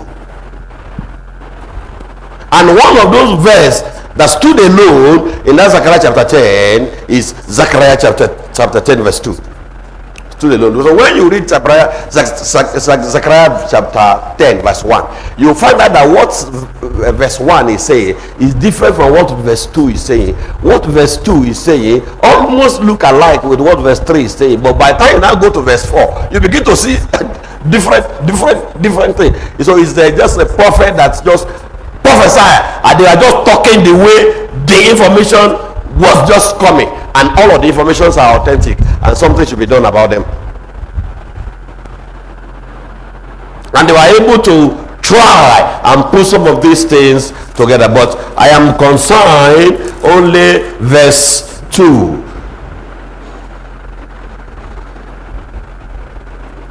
I'm concerned only verse 2. Zechariah chapter 10 verse 2. The holy name scripture here say, I am reading from the holy name scripture. The holy name scripture here say, for the idols have spoken vanity, and the diviner have seen a lie, and have told false dream. So you underline, they comfort in vain. You see, he told your father, if you do this, bury it in your compound, all your family will be protected. But that is not true. That's not true. They have, that idol have ruined your generation. That we are now digging it now with dream deceiver. So that's to say that even this lie, even, let me finish it. And I have told false dreams. They comfort in vain. Therefore, they went their way as flocks. They were troubled. There was no shepherd.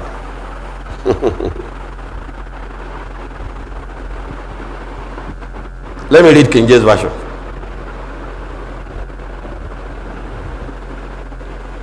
Zechariah chapter 10 verse 2. Let me read King James Version.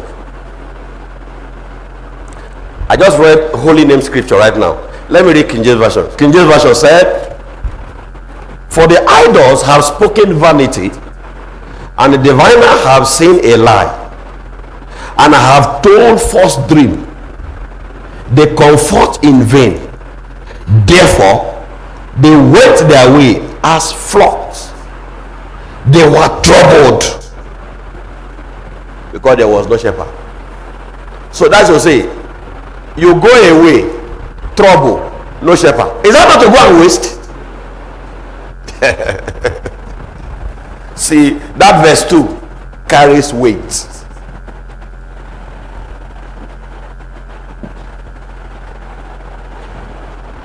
And maybe something that look a little bit like verse 2 is what verse 3 is talking about. But when you go to verse 4, it's saying another thing altogether. They have a different interpretation.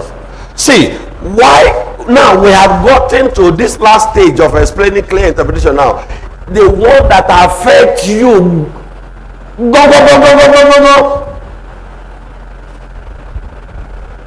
Can you say the one that affect me, go?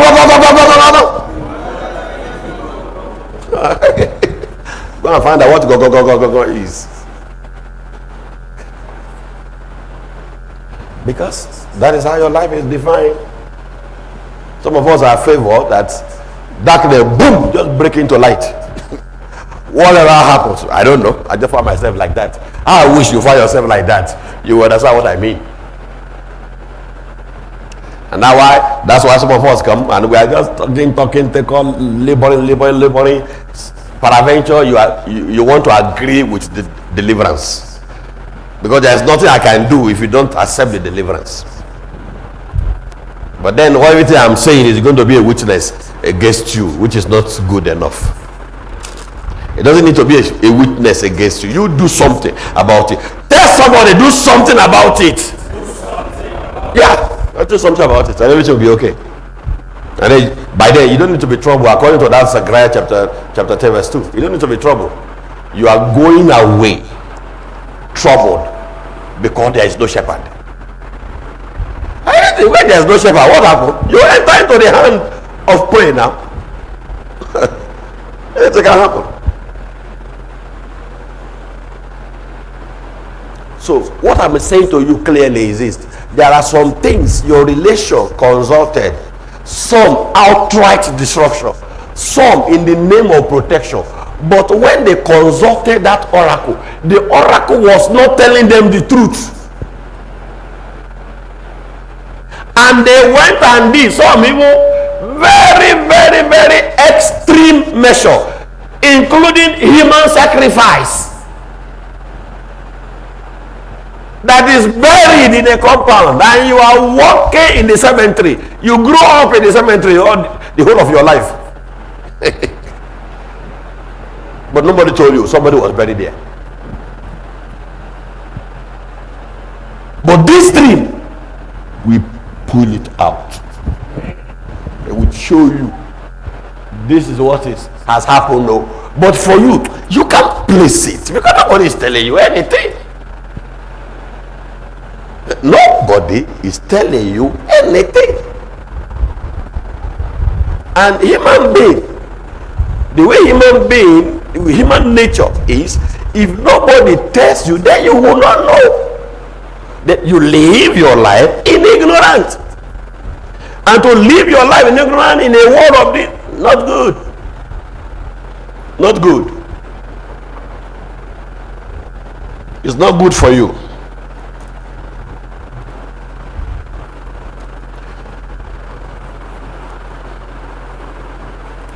The reason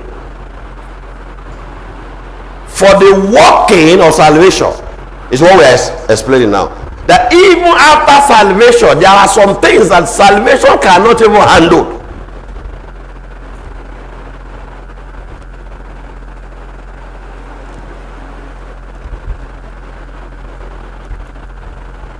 And what are the things? Very simple.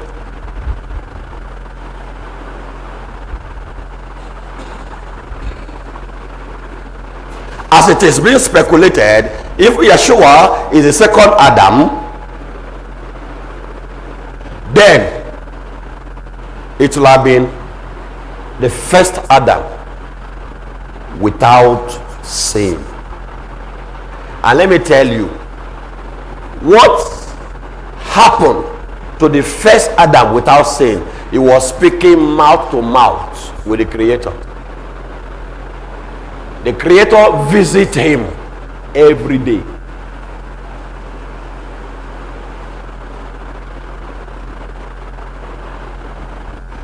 After the coming of the Messiah and he's gone, those people that claim to be born again and redeemed, is the Creator speaking to them mouth to mouth. And all of these thus said the Lord, how true are they? But all of the things that Adam said when Satan had not come, they are all true. Adam walked in reality and perfections of life. That was why he was told, who told you that you are naked? Where did you hear that from?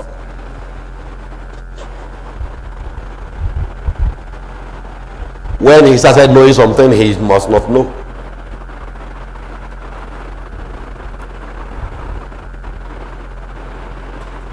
And it is very important for you to know what happened between Adam, serpent, and Eve. They are all secrets.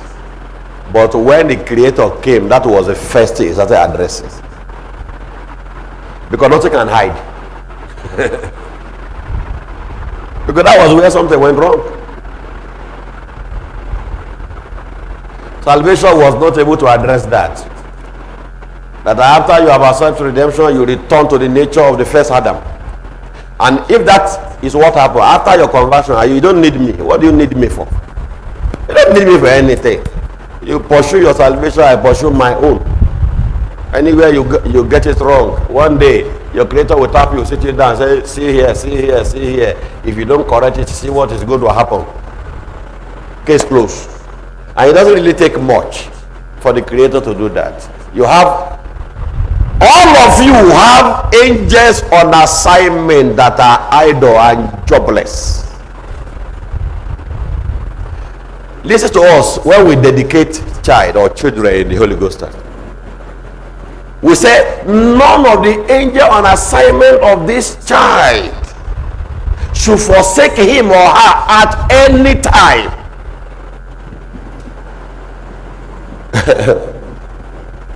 None of the guardians angel of this child should forsake him or her at any time. And when that happens, it is as good as your maker talking to you.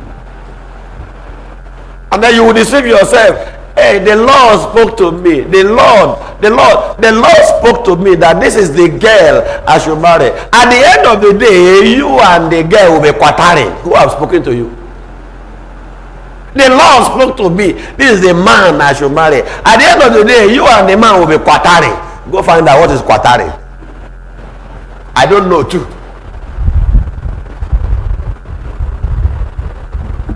You see?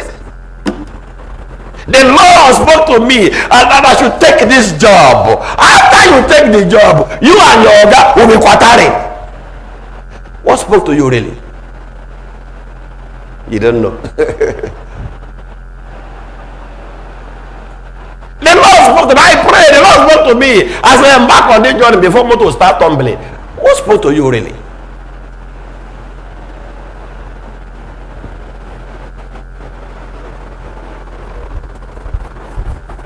At the end of the day, everything is just trial by error. That is what I see in Christianity. You try this, they say, well, it's because you didn't fast very well. They will give you 90-day fasting. And the pastor have read 90-day fasting. Hey, what happened? What happened? We'll do 1 year. We'll do 1 year fasting, and then we'll be going to the mountain. There are a lot of mountains. Go and climb Zuma Rock. There's a very, very big one, very close to the stadium. You can go and people used to climb it. I used to see people. You pass through Abiola, whatever stadium. You see people on top of the mountain there. You can climb the mountain with hunger. But if you are there and you are fasting for 1 year, hold 1 tree, because if breeze blow you, you'll be down. Because when you are hungry for a long time, that's no breeze going to carry you. And at the end of your fasting, you have peptic ulcer. Who are you really fasting to? You are only tormenting yourself. You are only trying by error. You are even worse than a magician. Because a magician knows what to say before something happens. They don't need to try anything by error. A magician will not tell you, I'll try this now, let me see what will happen. Let me see. A magician will tell you, see, fiam, appear. In fact, some of them will tell you, say appear, you will say appear. And the thing will appear really. But now, Christians have been saying appear for 2,000 years now, nothing has appeared. What has been appearing is frustration. You see? There is very one small thing, but right now, a very difficult time of Christianity, where a lot of people have made religion from nonsense, and human beings are being wasted. Now, as I'm talking right now, I'm sure I'm talking to only Holy Ghost and men and women of goodwill all over the world. I'm not talking to all the whole Christians all over the world. But is it not the whole Christians that are supposed to be hearing what I'm hearing now? No, they will not agree. Their church doctrine will not allow them.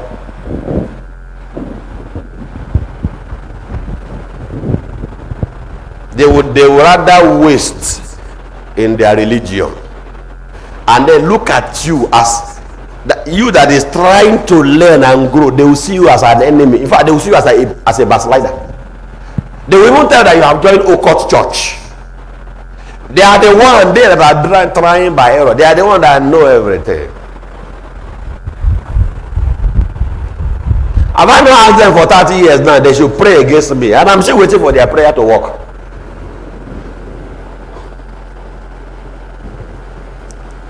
Instead of their prayer to work against me, I am a phenomenon.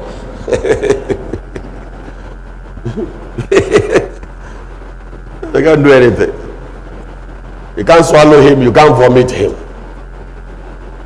You don't want him, but you cannot do without him. So some of them have reached a stage whereby they get my message underground, reading underground, and be using it in their church. And their church will be thinking that they are anointing. It's anointing. Oh, pastor in the spirit. Now from the guy is still that message. Can you hear the mystery our pastor spoke today? You know Pentecostal James, they look at me and say you never practiced them before.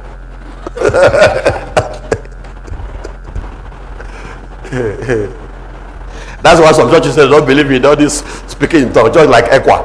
They say don't believe in this speaking in tongues. Because of course you know why they said that. You know why they said that? Because magician will say some certain things, some things will appear. Christians have been speaking in tongues now, nothing has happened. So you go to some church now, everybody is speaking in spirit. Speaking in spirit, Ikuria, Akara, Dodo, Isupe. You really need time to waste, really. You don't need time. See, there are a lot of serious things in your life that you don't need to waste any time. Wasting time is escalation of sorrow. Because even after you have known the right thing, to now begin to do the right thing, you need time. Because the right thing you know and you begin to do is not a magic. It is going to be process by process or precept by precept, line upon line.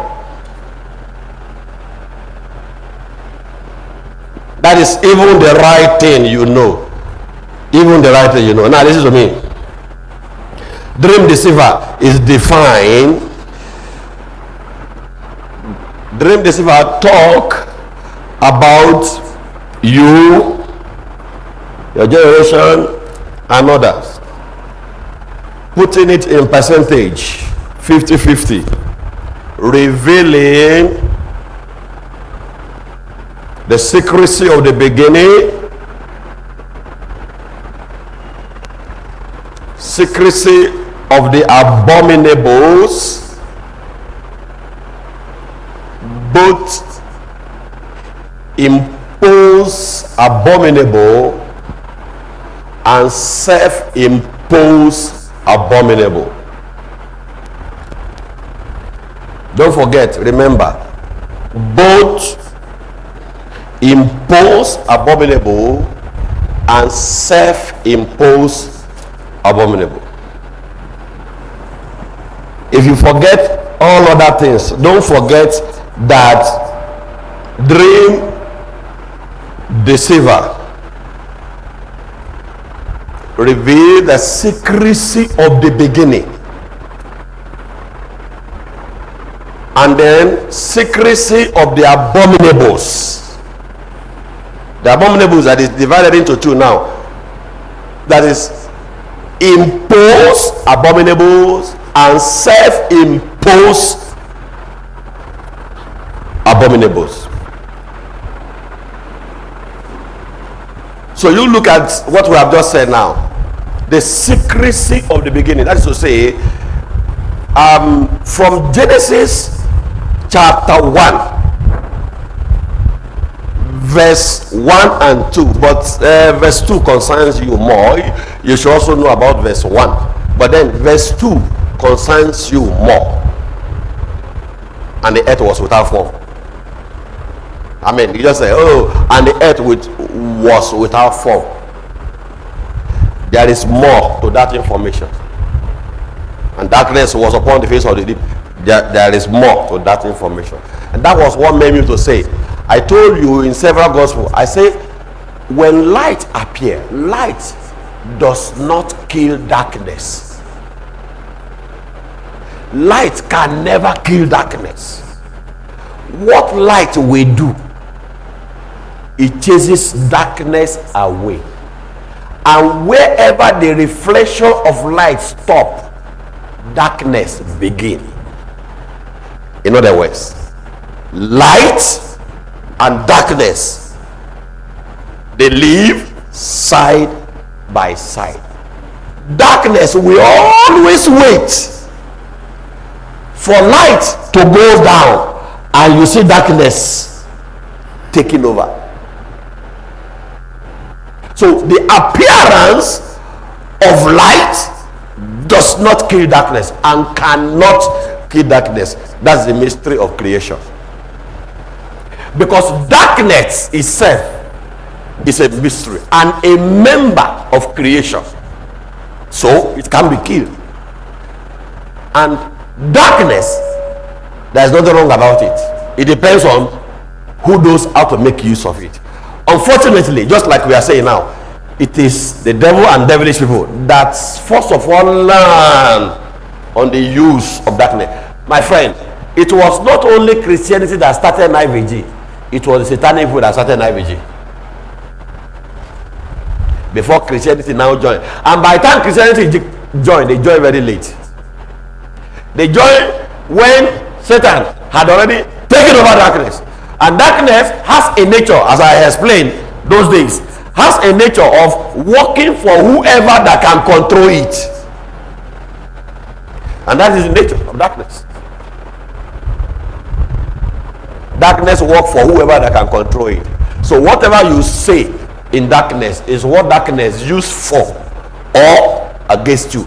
I said there is no fear in darkness. Maybe you should go and read that message if you know where it is.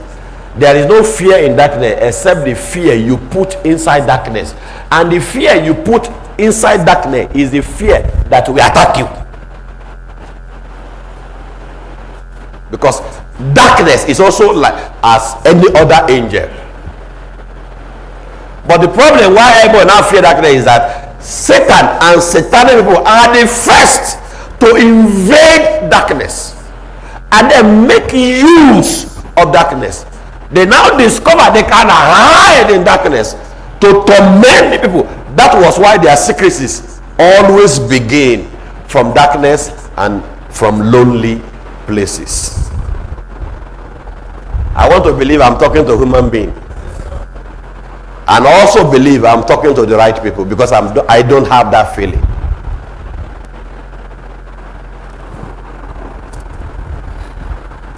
So what Satan is doing against you in darkness is not an issue. By the previous gospel I said you have the power to control darkness more than Satan. But if you have to do that now, my friend, you need to be strong. Because a lot of things that are working and speaking against you they have already been installed in darkness.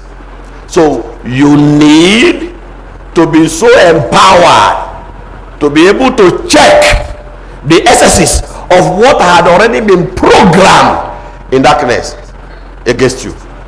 That darkness is such a powerful principality, and whatever that is programmed in darkness against you, that is what he holds against you until there is a power that will snatch that wrong thing that has been programmed in darkness against you.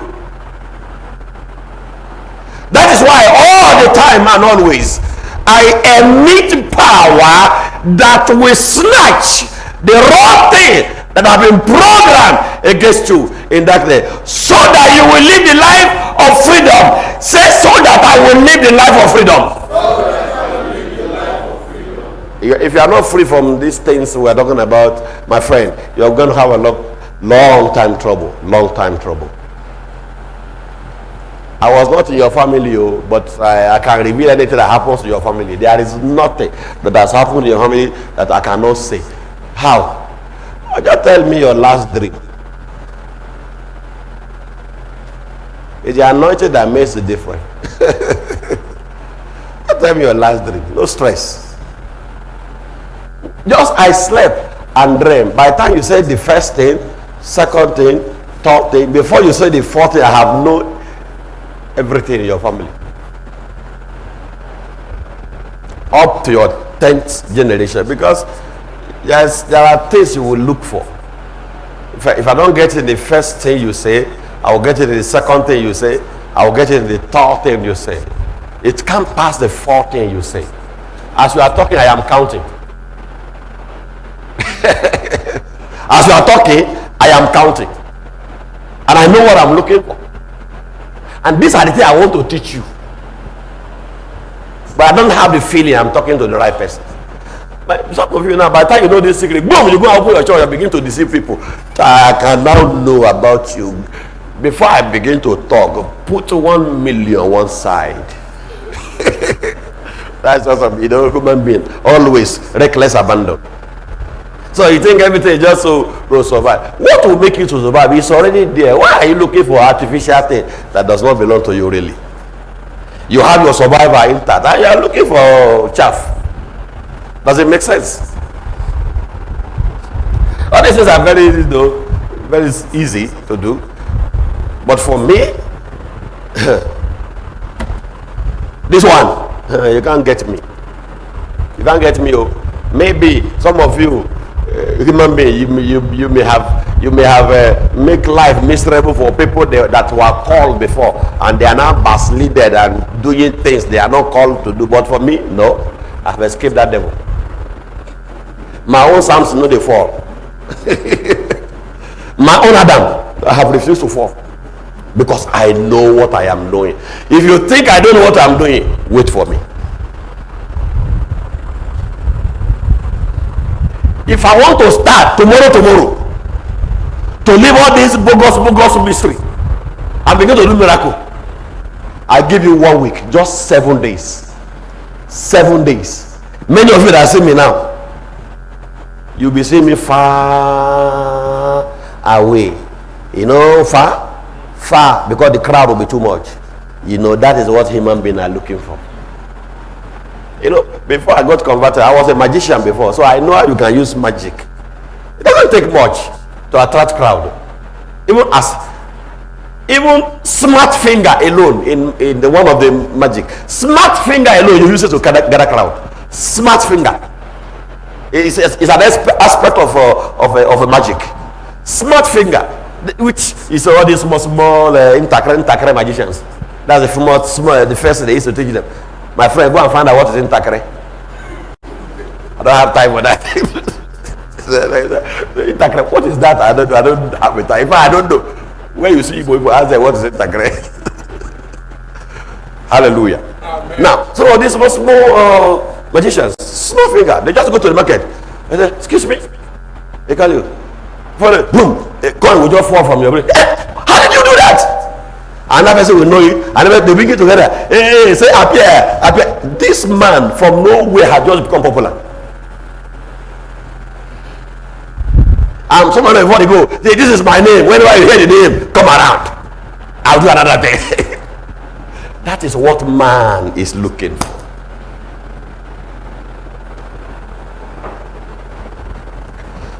And some of us that are made, we are governed by principle we must not break. Because if I break the principle, I don't know what else to do. Because I can actually abandon this bogus mystery. I won't talk about it again. Every time is miracle service 1, miracle service 2, miracle service 3. By then we'll be having 6 services in one day. At the end of the day, what's the benefit? What shall it profit a man if he gain the whole world and forfeit his soul? That was why the Father in heaven made people like us, like me, to first of all know riches, so I will not be deceived by riches and then change focus. So the things that move other parts of does not move me. The only thing that can move me is reality. I am not allowed to go to that route I have just explained now until I can see what I am asked to see. Many of you don't understand that those days, far 30 years ago, there are churches I go, when I will talk, I'll just stop, I'll close. I'll say, Pastor, you know what? This is a wrong congregation. I'll just go and sit down. I will just go and sit down. Close for today. Come tomorrow. Let me find out. How to find out? Don't mind. How I will find out. Because sometimes when we talk, some people say, it's like it's entertaining. I'm not entertaining you. I'm driving in reality, which I want you to get it. I want you to get it. Let everything wrong in your life begin to be right. When that happens, you can forget me, because I'm already made. If I'm not made, I can't make you anyway. But that is not what other pastors are saying. When you are made, run after me. But you are the one that should come and get so offering. I don't know how they used to say, is it so offering or so seed? I don't know whether it is tapioca seed or alligator seed. I'm not looking for that.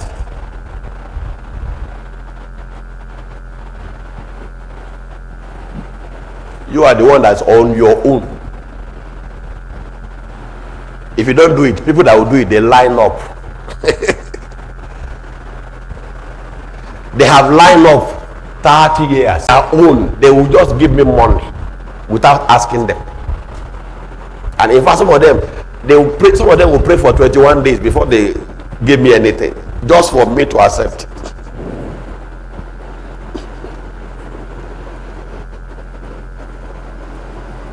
That is to say, my survivor was called the same day I was called. So I don't look for survivor. Whoever that look for survivor in their call, I don't know where they got their call from. And I've said this for a long time, and we try to do one small. We just did some test run. We just did small test run. You see, everybody was jumping. Everybody was jumping up and down. It's a crowd everywhere. The council of Divinity told me, before you know it, you will see yourself bringing the chief doctors up. Just one small test run, and that small test run is even the most ridiculous. So we just start doing the interpretation of dreams. You see things happening here and there. People are happy. They want you to continue. I'll just stop it. And all other things you call miracle can follow it. But if you want to project that, will be deviated. At the end of the day, when crowd gather, you don't even know who Holy Ghost stands are again, because people will be leaving their churches not because they want to become Holy Ghost and they only want to come for miracle service. At the end of the day, you don't even know who are the Holy Ghost stands. By then, that is how our own mix-up will start. Before you know, a compromise will be coming in. And that is what had been resisted.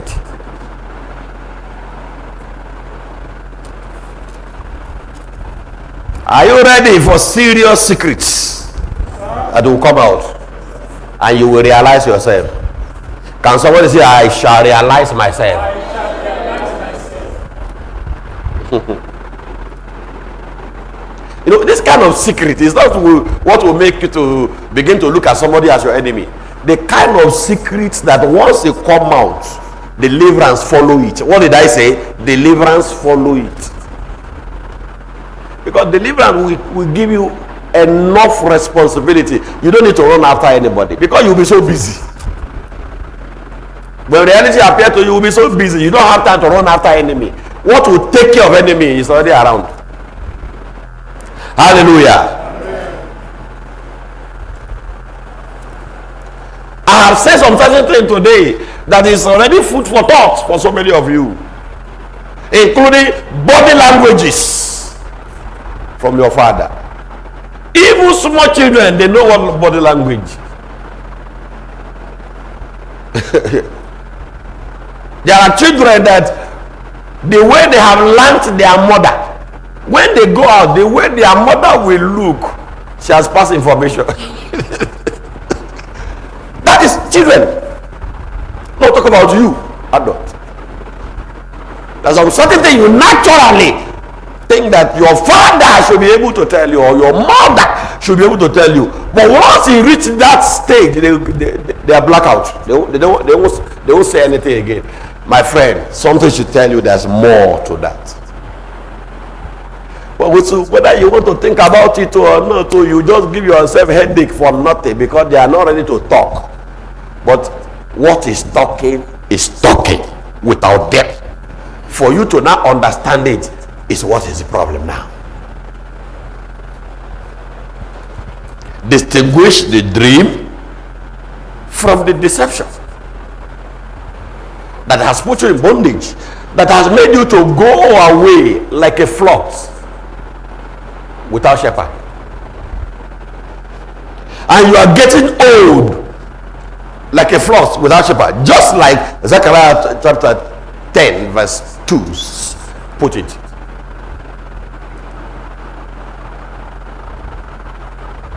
Everything that has put you in bondage in your lifetime shall come to light very soon. Amen.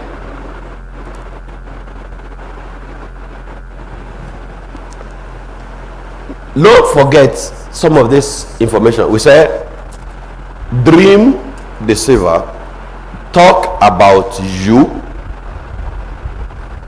in definition, your generation, you, your generation, and others. That was how I started. Dream deceivers talk about you, your generation, and others. And I say put it in percentage, 50-50. So you can't rule out anything. The way he talks about you, 50% is talking about something else, 50% is talking about your generation, 50%.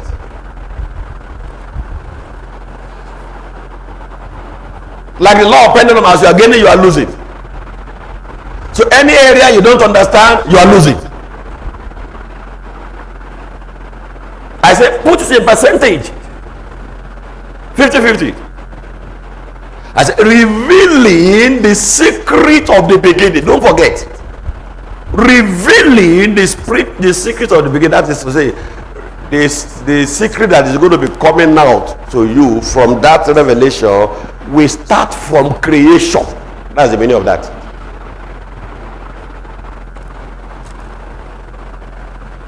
And the secrecy of the abominables,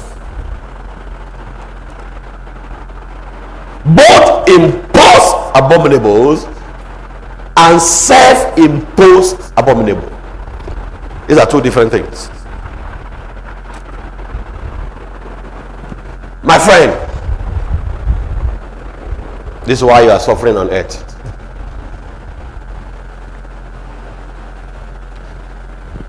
Before I shut up my mouth, let me give you one small example. Maybe it will give you food for thought. Next time, we say the next thing. Somebody is looking for a child. He went and met some people that do mame thing. Because these are things people are desperate for, but you should not be desperate for it anyway. Will Abraham know that is a child is reserved for him in his predestination before he become desperate about things that are not necessary? And then your environment also matters, you know. And it's always like that. When you lack something, the environment is a problem. You are surrounded by people that will rename you because of what you lack. You know, that barren woman, you know, that man that have bad leg, you see, renaming of somebody because of their situation.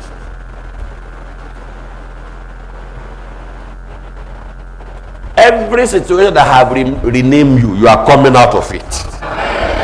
You didn't say I'm very well. I say you didn't say I'm very well. That brother that is always looking for work, or that brother, that sister that is always looking for money, situation that have renamed you, you are coming out of it. I say you are coming out of it.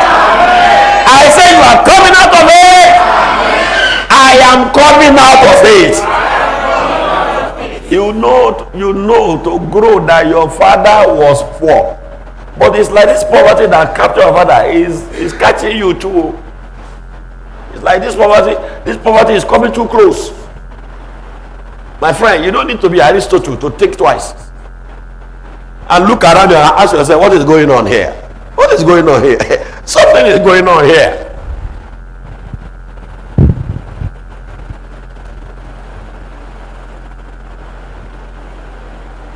As simple, as ridiculous as it may think, but some of these things are very dangerous. Desperate, looking for a child. Yes, he gave birth to Ishmael. It becomes the danger of his family. Or a woman is looking for a child, and then he gets to people that to do divination. You read that place in Zechariah chapter 10, verse 2. People that do divination. They are able to divine some things, and then I say, when next you are coming, bring. I'm telling you real now, because this is how they do it. They will tell you, bring chicken egg. Bring chicken egg. And then as you take the chicken egg there, they will say, speak to that chicken egg. They don't want to know what you say to the chicken egg. What you say to the chicken egg is either here or there. Because they will know what you have said to the chicken egg later. And then they will ask you, drop the chicken egg there. They will show you where to drop it with your hand. You want to be pregnant, Abby? Go, you will be pregnant.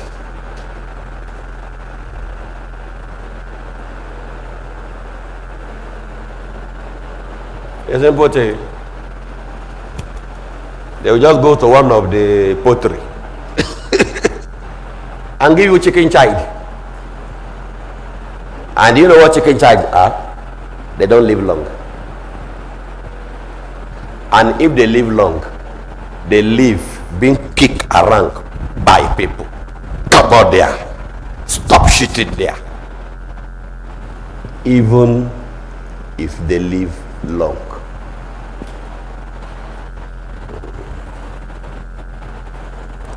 Sometime the child will be born with terminal disease like epilepsy. Did I say that? Read my lips. Do you know up till now, epilepsy is a brain condition. Even my advanced level of neurology, science up to now have not been able to know the cause of epilepsy, but we are able to know it's a brain condition. But what causes it? And we also know it's a genetical disease.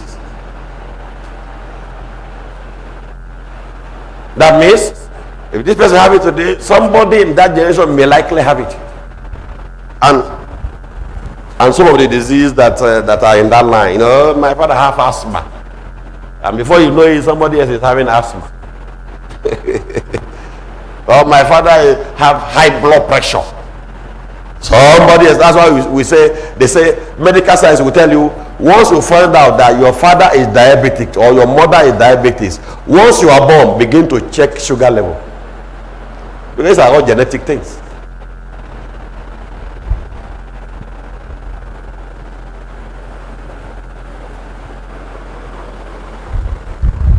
Now let me shock you. If you see or you have somebody that have epilepsy in their family, not ridiculing, no other things, where you trace that generation, somebody did something. This I have just explained now.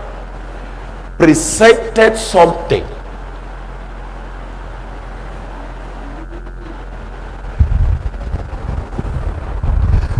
Presented something to a diviner somewhere, and that diviner gave them something. That thing can be anything. It can be a child, it can be money, it can even be protection. And that protection was actually was physical. People do that those days because of war. The man wanted to be protected so that he will not be killed in battle, because there are too many wars to fight. And some do that to protect their family. But what I am telling you right now is that when they go to do that consultation, according to what this Zechariah chapter 10 verse 2 is saying, they will tell you, okay, when you do this, you will be protected. But that spirit talking is actually telling you a lie. The spirit will not tell you everything. So what I am now telling you right now, this dream, this session of dream, when it comes to you and you are able to interpret it, it will reveal everything to you without hiding anything. Believe it that you know what to do. You hear what I said? Believe it that you know what to do. And you know, sometimes this is how some of these even diseases that are contagious starts. Somebody will just go and excavate it before it spread, and it begins to spread like wildfire among mankind. Because the devil just sit down and you go consult him. And for you, just like that spirit was talking to, you remember Saul.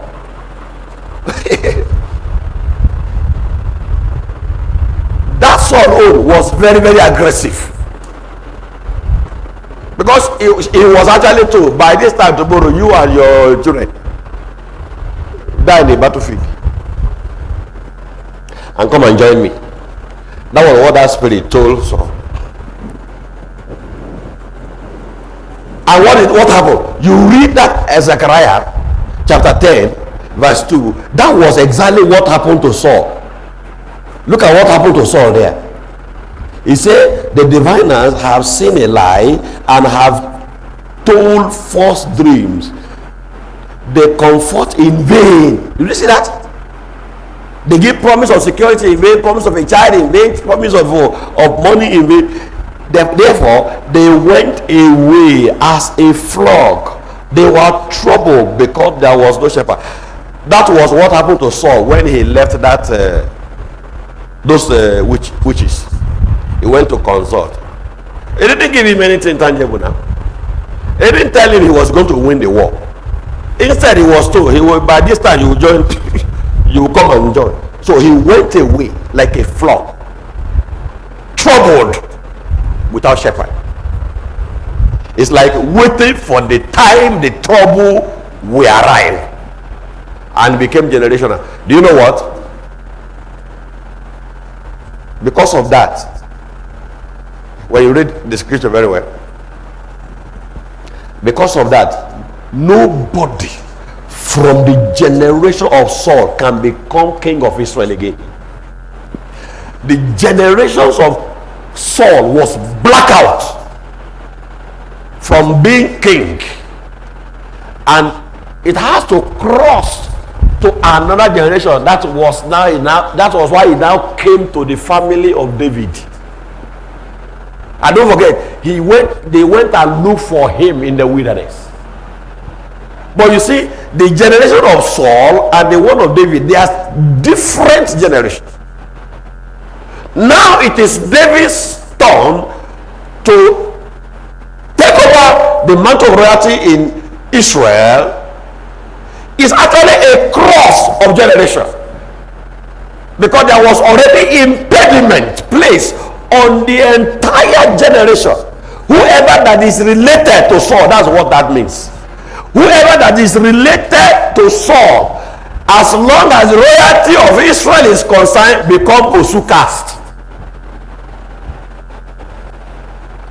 So when they want to make king and they are looking for king, and no, you people cannot become king again.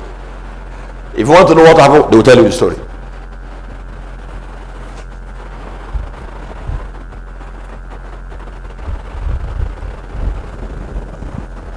That's how it starts. I'm sure I've said something now. I'm not going to repeat all these things. I've said something that's very interesting food for thought. If you have not heard me say anything now, I have mentioned epilepsy. I have mentioned poverty. Remember what I said when we were demystifying the spirit of the dead? I said when somebody died and they did not go to heaven in your family, the first thing that emerged after their death is poverty. There is nothing anybody can do about that. See, read my lips. I won't say it today and change tomorrow. You know, this is I said now. I have been saying it for 30 years. And I am waiting for who will come and challenge me that what I said is not true. I said, when person die, how would you? I said very simple. Very simple mathematics. You don't need to begin to do hard maths or physics or complicated subjects. Somebody died. He didn't go to heaven. It's now a rebellious human soul, which is lesser, or rebellious human spirit, which is dangerous. But either of them not good. But anyhow, one is lesser than another. If you want me to choose, maybe I will manage rebellious human soul and not even come around rebellious human spirit at all by my own experience. My friend, this is a reality experience, so not speculation, though. I'm not fabricating things to say. And if you think it's a fabrication, good luck to you.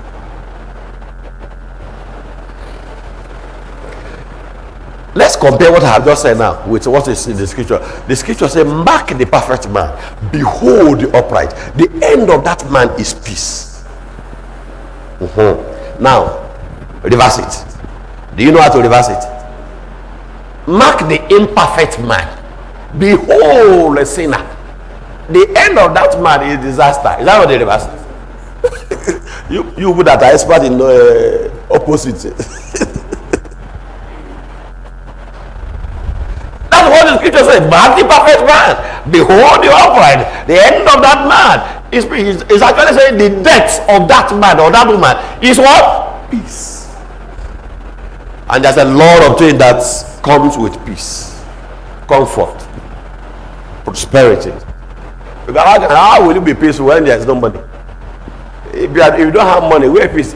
Heart attack alone will destroy your peace. If you have no peace, there's no peace.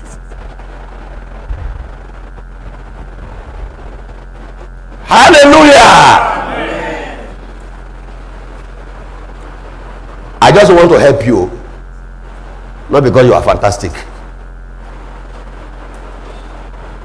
Because if I have to consider my experience from between time I got converted and now, I'm not even going to talk to anybody again. The way I have blacked out other invitation from any other church. I did that a long time ago. They invite me, I say I'm not coming. It's as simple as that. No matter how big, no matter how popular, I'll say I'm not coming. So you cannot say, you cannot use, the church is very big, you want to invite your program, yes they come, because you know, at the end of the day, there will be this honorum,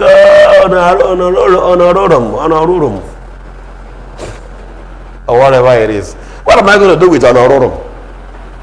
Go and find out what honorum is. I don't have time for that.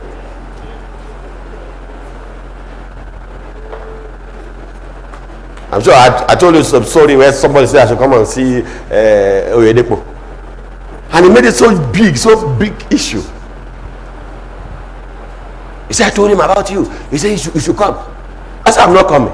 He said, I'm not coming. He looked at me very strange. I said, advise me. If I see him now, what will I ask him? He said, are you telling me what you will ask Oyedepo if you say him? I said, advise me. He says, okay, you are very strange.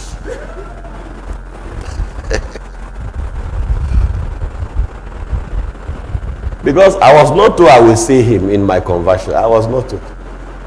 I was not told he was one of the people I should see. And I told you what happened the day I met Kumuyi. It was never planned. The man, it's like the man know me very well. And the very big man in deeper life. Those days I was really free, not free. Those days, at that time, Holy Ghost have not started. He just asked me, follow me to somebody, follow me to somewhere. Before you know it, boom, I was in Bagada. And I was, there's some bush, but a massive place that time. Maybe the place is now looking very nice. That time, wood everywhere. That was what they used to construct their Bagada place. Before you see me and see Kumuyi, we're sitting down. I said, tell me that we're coming here. He said, it's not necessary. He said, it's not necessary.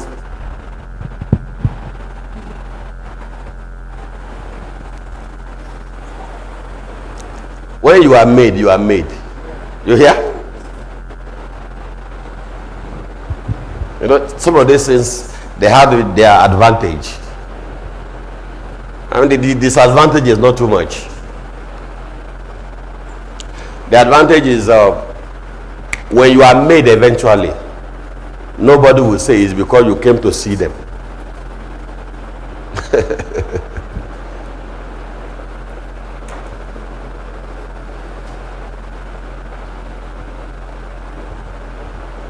Now, if I want to see Pastor Edepo of Winners Chapel, I don't need any protocol to see him now. Most time we even meet, we will meet in some of these bogus people's meeting. You know what does that mean? bogus people's meeting. We meet and then yes, now you be this. You come here, I come home. And most of these people that you do, by the time you meet them now, they are very simple people. You know why they appear simple? Because even you too, for you to be where they are, you don't climb something.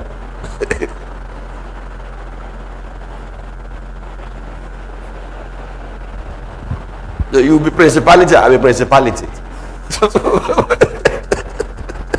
So, you check me, I check you. Hallelujah. Amen. Okay. I'm concerned in troubles, just like it is there. Zechariah chapter 10. The troubles that have lasted in your life and you are not breaking loose. I was able to break loose of my own 30 years ago. Because the switch was dramatic. The switch was dramatic. And the switch is sustained with signs and wonders following. That is how I want your own to be. Break loose from danger that will never capture you again. That is what I want for you. Say amen very well. Amen. I say break loose of danger that will never capture you again. Amen. I want to hear your story. That though your father was poor, though your mother was poor, but you made it eventually. That is what I want to hear. You will be enriched. You will be enriched by the level of poverty that you met in your generation, so that you can cover up. So that means you know you have responsibility, because it's not everybody in your family you are going to avoid. That was why I told you, when you have made it, don't look for me. Put promise me one thing, that you will be a blessing to your family. That's all. You are made not for me, but for your generation.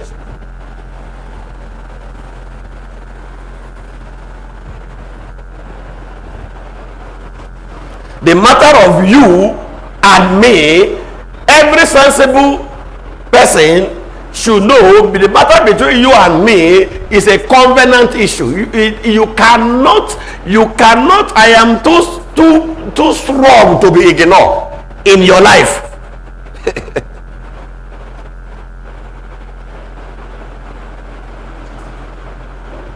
If you ignore me, that means you have embraced blackout. Because if you think you have not too much, what about the one I have not said? Like this one I'm saying now, you have not heard of it. Listen to me, everybody.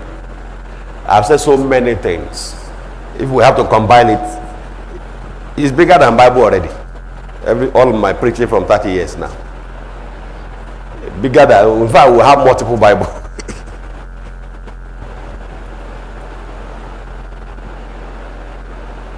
I know what I'm saying now.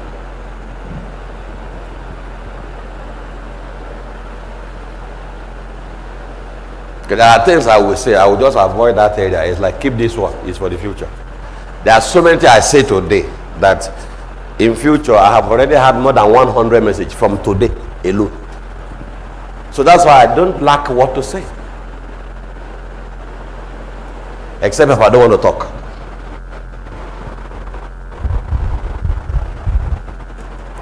Hallelujah. And most time I try to regulate myself, because if I want to talk the way you should know, you'll be sitting down there for the next 6 months. I don't know whether I will be, my leg will carry me, or you can also sit down there for a long time. And I will be thinking about you even as I'm preaching, because I don't have to keep you unnecessarily. If things were normal, many people know me, I'm not going to talk for a long time. Naturally, Holy Ghost are supposed to be having about 3 or 4 services, if not even 6 in 1 week. There are some branches now that have their own normal service, Mystery Gooday, Touch Gooday, and then Pentic Gooday. Like 3 services in 1 week. Right now, I am combining 3 services in 1 day. And I have to conclude within 1 or 2 hours. And then all the brethren, all the goes all over the world, they have to use whatever I have preached now for their evening services and then their various meetings. Otherwise, the stage I am now, I should talk for only 1 hour. When you come, I give you 1 hour mass. You close. I will go and rest, you will go and rest, and then we continue tomorrow. Because I have to allow you to go and face some other responsibility that will make you responsible. So if I am keeping you in church, I am keeping you for a purpose. So you better respect yourself, because I am thinking for you than you are thinking for yourself. I know more than you know. Sometimes if I see that there are danger on your way, I will keep you there on the danger is past before I can say go. Because as I'm talking to you, I am addressing so many things, including your security from church to your house. Because we must not hear that he just closed from church and he died on the way. 30 years I've been preaching, I have not heard that before. And may heaven help me not to hear that. Amen. Because when I enter or to preach, you see me look round. I will look from right. I will look from right to left. I will look from left back to right. I know what I'm looking for. And many of you know what I'm looking for. We have demonstration of this in those days. And I'm handling all of this now with maturity because I want to begin to enjoy. You work for 30 years, I know you are not resting. Waiting now. Now make you Jesus. Make you Jesus, my friend. Even Yeshua himself never preached for 30 years. He preached only 3 years and 6 months he ran away. Be 30 years and be here. You know what I say for these 30 years? My friend, what I say for these 30 years, if we combine it, we will open the strongest Bible school on earth. That if I don't say anything again, I will only become an institution in that university. Okay, this message you preach some time ago, can you give us more light? That is what I should be doing now. Because of based on what has been preached so far. And for me, I don't fear to answer any question. I'm not afraid of any question. Because anybody that asks want to know.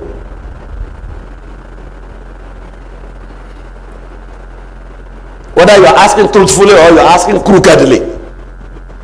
Because not every questions are truthful. But anyhow, I will still give you answer.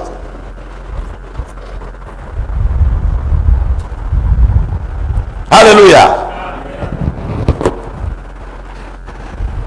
The thing that has kept your life stagnant and retarded, you are coming out of it. I say you are coming out of it.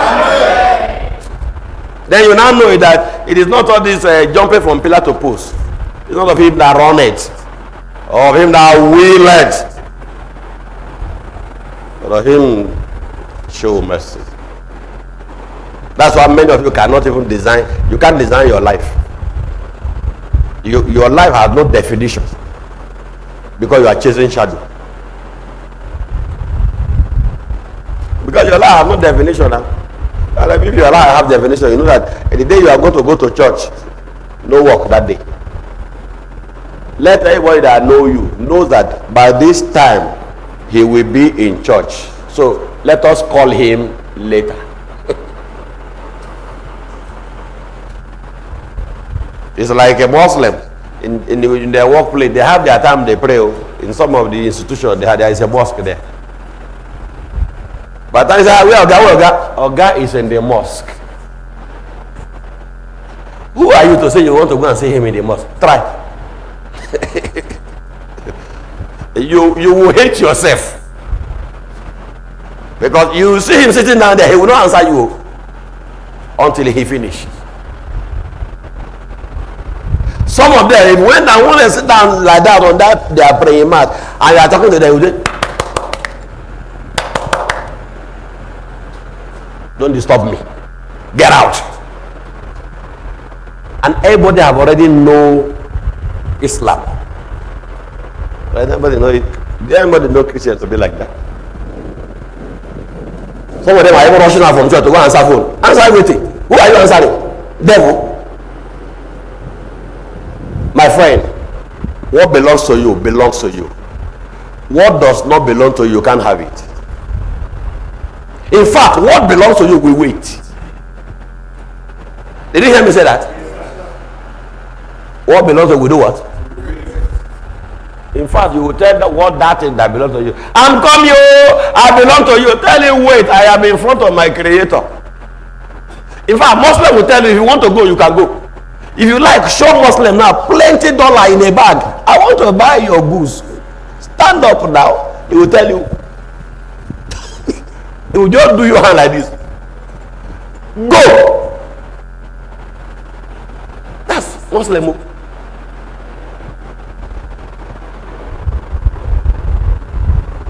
So that's why we don't know. Some of you pretend to be a member, but you are idol in church. Your life has no definition. We don't know when you are really busy at work. We don't know when you actually create time for your creator. Your life has no definition. Can't you see your life has no definition? nobody has adjusted their relationship with you because of the definition you have given to your life. So when people look at their time and say, no, by this time he will be in church. Don't call how. You'll be in church. Wait. In fact, some of them will come and wait for you in front of church because you are very important. You will get to that stage where they will have to wait for you when they know that you are in the presence of your Creator. When you are in the presence of the King, you can't even come out. It's like you are talking to Buhari, our Oga Pubu, and you are answering phone. DSS will bundle you out of that place. In fact, one of the things they will do to you have not been messed around and messed up before. Enter Aso Rock. Because there are several gates. Each gate, as you are coming in, somebody is monitoring you from a room. They say, your pocket by the right, there is a meter there. Can you drop it, please? If you hear it from the speaker, you don't know who is talking. They have scanned you from distance. And there is a stage you will get to. You will have to empty yourself.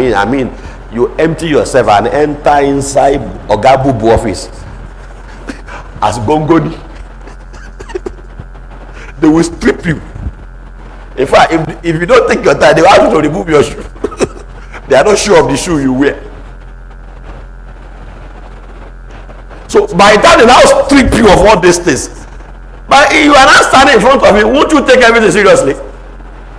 In fact, most times when people have been stripped like that, and they see them standing in front of Ogabubu now, they now become nervous. Even when they are snapping picture, their leg is doing like this. That's a human being like you. Very soon, Ogabubu will soon join us in ShopRite. Will be doing like this, in ShopRite. I will say that. By then, all of this barrage of long gone. We no longer follow him. It will happen now. That is life for you. Not to talk about you are in front of your Creator that knows you before you enter your mother's womb, and you now think He doesn't have anything to tell you. How? And you know that immediately you are living in that place, your life is more sharpened than before. Now you are living today to your various houses, going with new knowledge. True of us. All you need to go and do, sit down, think about what you have heard, and also try as much as possible to do something about it. So because time is coming when anything want to engage you, or the day you go to church, you tell them, no, I'm going to go to church, I don't have that time. I won't have that time. Postpone it. I will not. Before you know it, you are defining your life. So anybody who want to relate with you, they better relate with you based on the definition. That is why you should be important in life. I'm not talking to you. Locate your predestination. That is what will make you shine. Because they need you.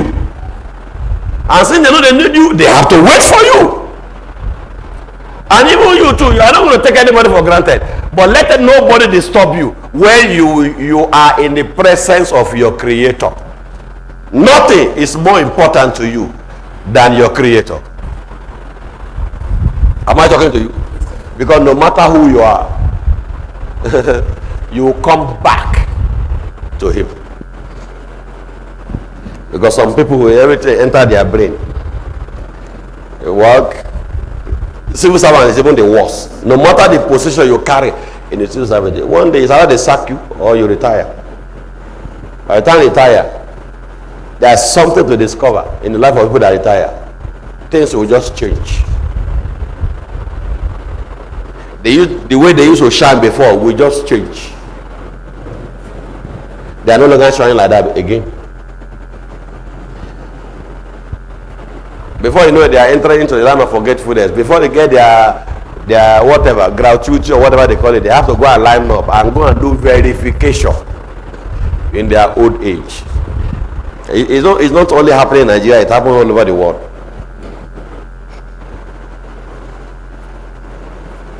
Hallelujah. Amen.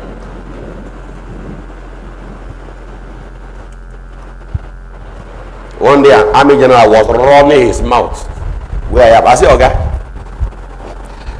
the day you will retire, I will still be Divinity Bishop the first, the man made by the heaven of the righteous, the man Satan cannot destroy.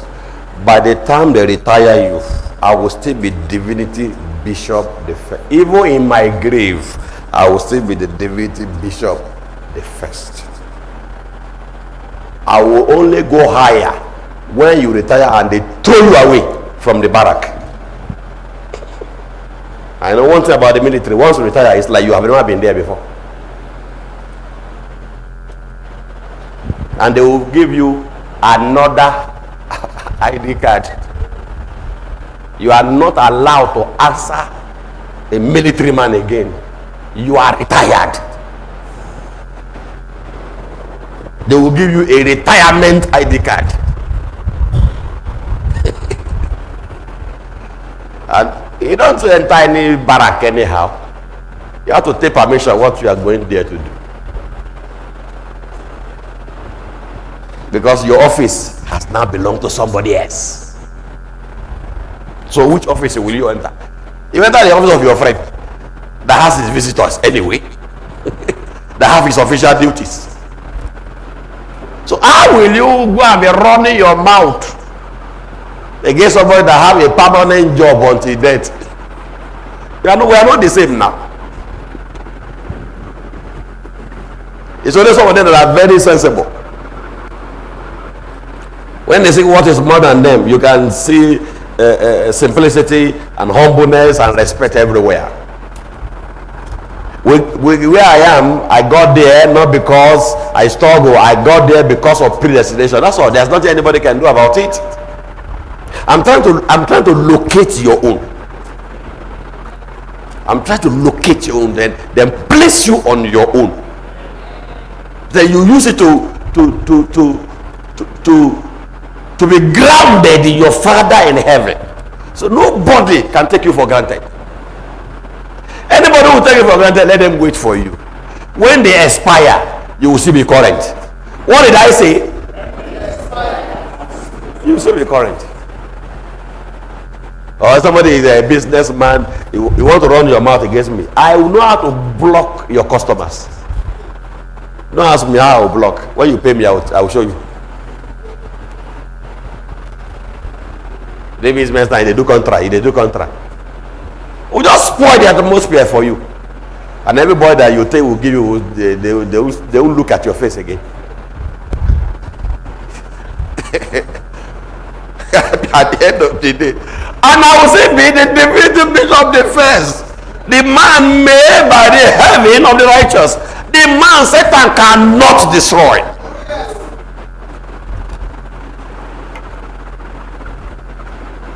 That is why some people will give respect to whom respect is due. Because some of us, our appointment cannot expire. Hallelujah. My friend, the battle that has thrown you from your generation, I am cutting it off. Can somebody say cut it off? I say something now. I say the bad thing that has trained you. You know, this good thing is coming. For you to get it, boom, you just disappear. You won't see it again. What happened? Is that how you're going to live your life? You are getting old. What happened really? Good thing. It will so happen. Boom, it disappear. And you're getting old. You are not having children when you are supposed to have. You are not marrying when you are supposed to marry. You are not having the money when you are supposed to have. There are some money you will have at a particular age now. You will run mad.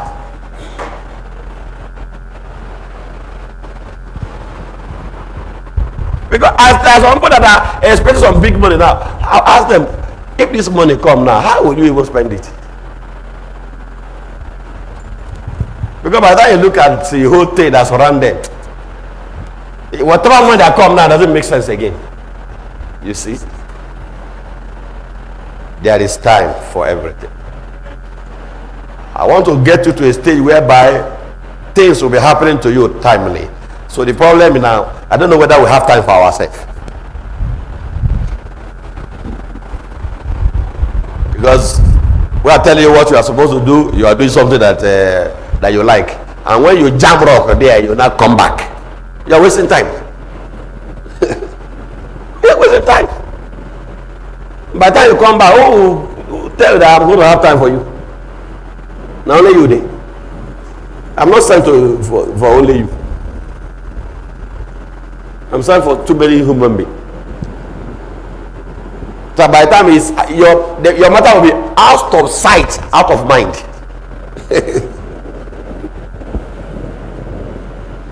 Because I'm very busy.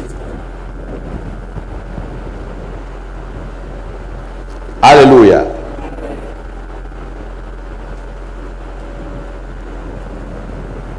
Every abomination trailing you. You are coming out. Amen. Do you agree with me? Do you agree with me? Yes, sir. Do you agree with me? Yes, sir. I'm not talking about imaginary abomination. I am talking about abomination that has brought impediment. You know what the impediments are. Your own may be different. For me, in my entire life, before conversion and after conversion, I am not made to know poverty. I don't know why. I only knew poverty when I got converted, just 1992, and I didn't know poverty for a long time because I am in my predestination. And at this stage, I have never duped anybody.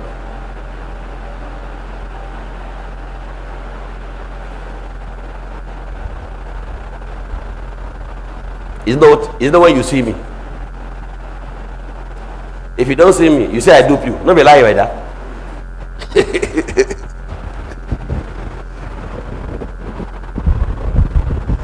Abominable that brought impediment. And you are struggling with this impediment. The struggle that your father has, struggle and die in it. What killed your father? The frustration that killed your mother. Don't you think it's coming too close? By my way, he shall not reach you. Amen. Stand up. My friend, you are becoming an adult. You know what is not good in your family. You have seen it black and blue. Don't deceive yourself. Because the more you deceive yourself, the more you last long in trouble, and you shall not last long in trouble. Amen.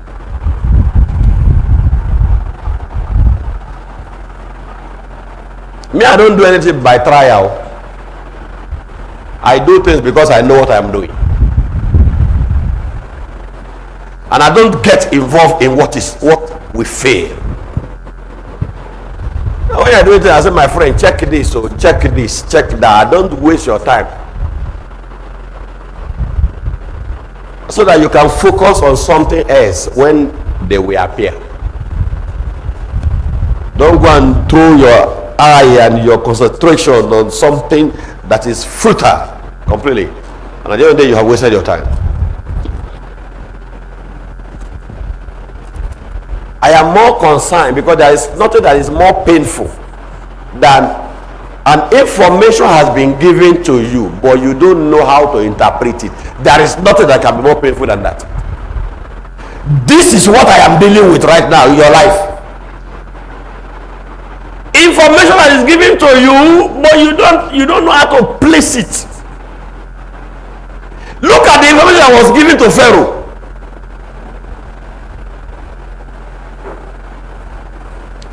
Joseph has to travel from another country. A nobody has to travel from another country. Am I? A nobody, a slave. Do you know who bought Joseph? The Bible says, and the Ishmaelites. It was a Muslim that bought Joseph. Go and read the Bible. Ishmaelite. Ishmaelite means the generation of Ishmael, the first son of Abraham. Ishmaelites bought him from his own brother. You see the thing in your relation. There are people that such things has happened to in this world, and there is no Egypt and Pharaoh to serve where they will become a prince. Oh yeah, they are still wandering all over the earth to look for one end that we meet, that we never meet. People that are deliberately, I mean, they are brothers, the same father, the same mother, or in the same relation, they crumble them. The thing that brings segregation. Your father decided to sponsor boys only to school, and ignore the girls in the name of, after all, somebody will come and marry them, so that they will going to be a liability. Is that what you want? You see? Before you know it, look at this brilliant girl.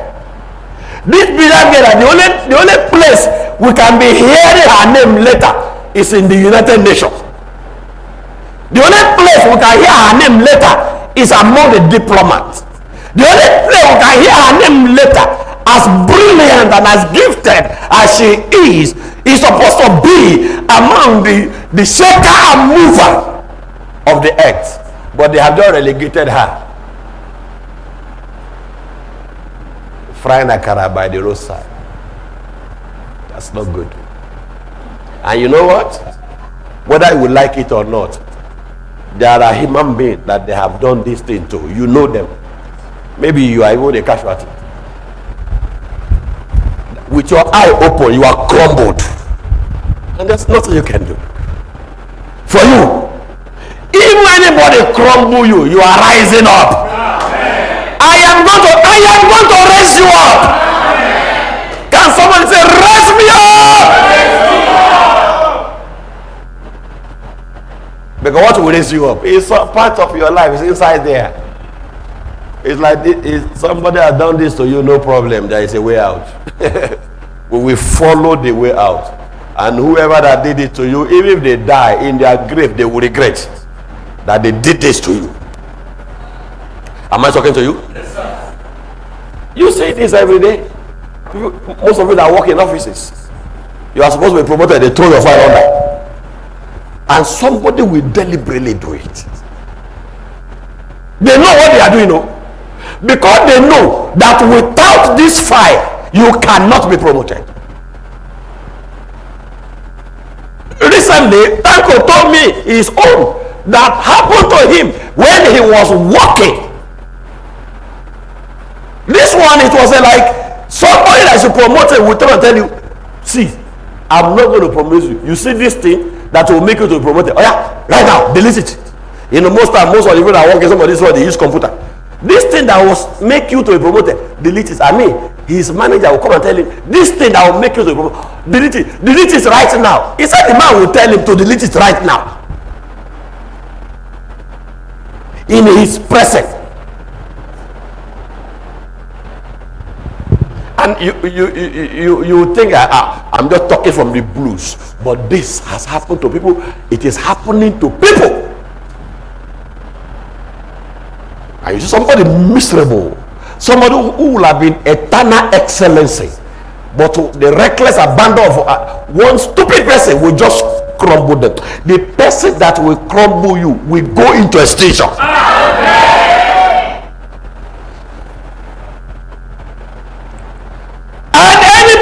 Done that to you, the abomination and the dissolution will never come to an end. Amen. Even if this person is related to you, divine power will sever them.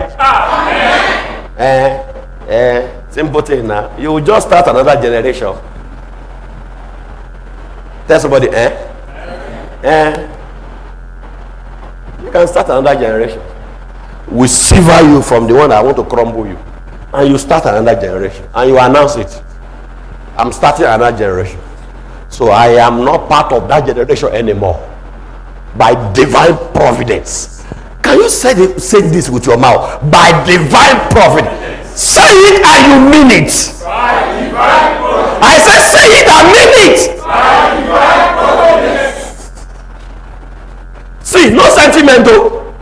No sentiment. Nobody like aggressive place.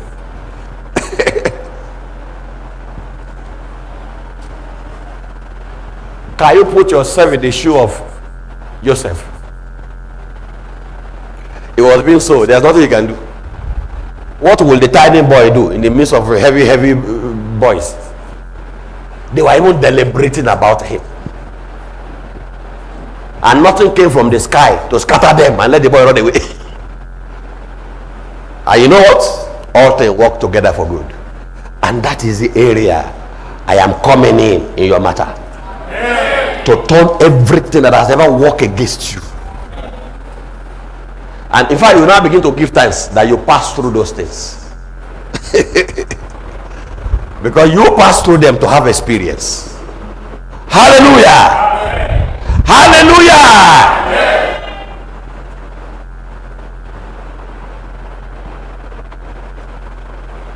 If it come to the worst, what did I say? If it comes to the worst. Say it very well. If it comes to the worst, say it.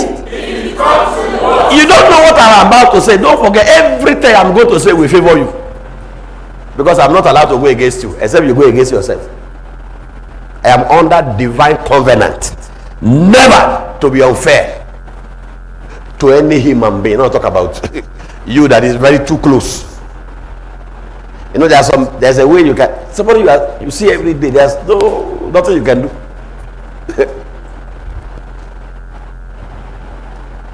If it comes to the worst, say it with your mouth. If it comes to the worst. If this bad battle is coming from your generation, you start another generation. Am I talking to you? Yes, sir. You start another generation. Including looking for another village. After all, it happened to Abraham. He lived and he left. He went to another village. Somebody owns that village. Anyhow, it doesn't matter. Stay here. That is where I want you to be.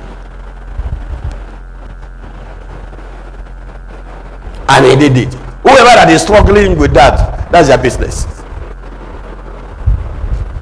And do you know what the British law say? The British law say anywhere you stay for 15 years is already your place.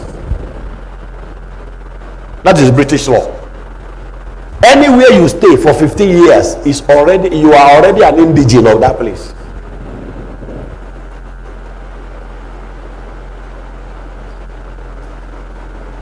And in fact, in the United Nations Charter said, if you are in a place and a country is declared, no matter the country you are from, you are automatically an indigene of that country. For example, I hear about Oduduwa, I hear about Biafra. If you are in Biafra land and they declare Biafra, you are automatic a Biafra. Except you don't want. That is United Nations law. They will treat you as an indigent. So that is to say, by the measurement of the Creator, you can become citizen and indigene of anywhere. You are rather an indigene of the earth. So if you decide to become an indigene of another country, you have not offended any law, both physical and spiritual. The Jews try to do that they used against them, but that made them strong. You know, in Jews now, anywhere they see themselves, they occupy.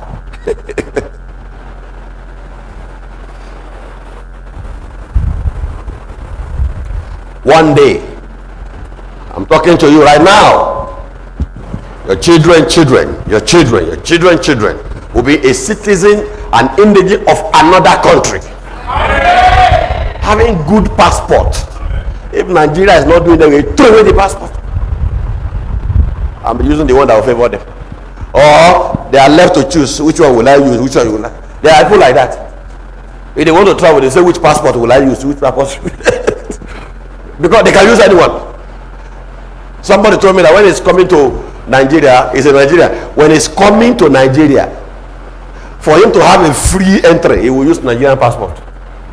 If he's going back to England, he will use UK passport. Because United Nations Treaty said, when you have a passport of a country, nobody should disturb you in entering into your own country. Did you see that? I'm giving you a life story. There are people that does that. He's coming to Nigeria, he'll pick a Nigerian passport, but he's a UK citizen. When he has finished everything he has to do in Nigeria and he's going back to UK, he pick up UK citizen. That means Nigerian government in any Nigerian airport, they are not allowed to embarrass him because he's going back to his country. You can't tell him, I thought you were in Nigeria. Who said so? Who says so? You tell, who says so? Or I say so. You don't tell him, I think you are in Nigeria. Why are you holding British passport? Who says so?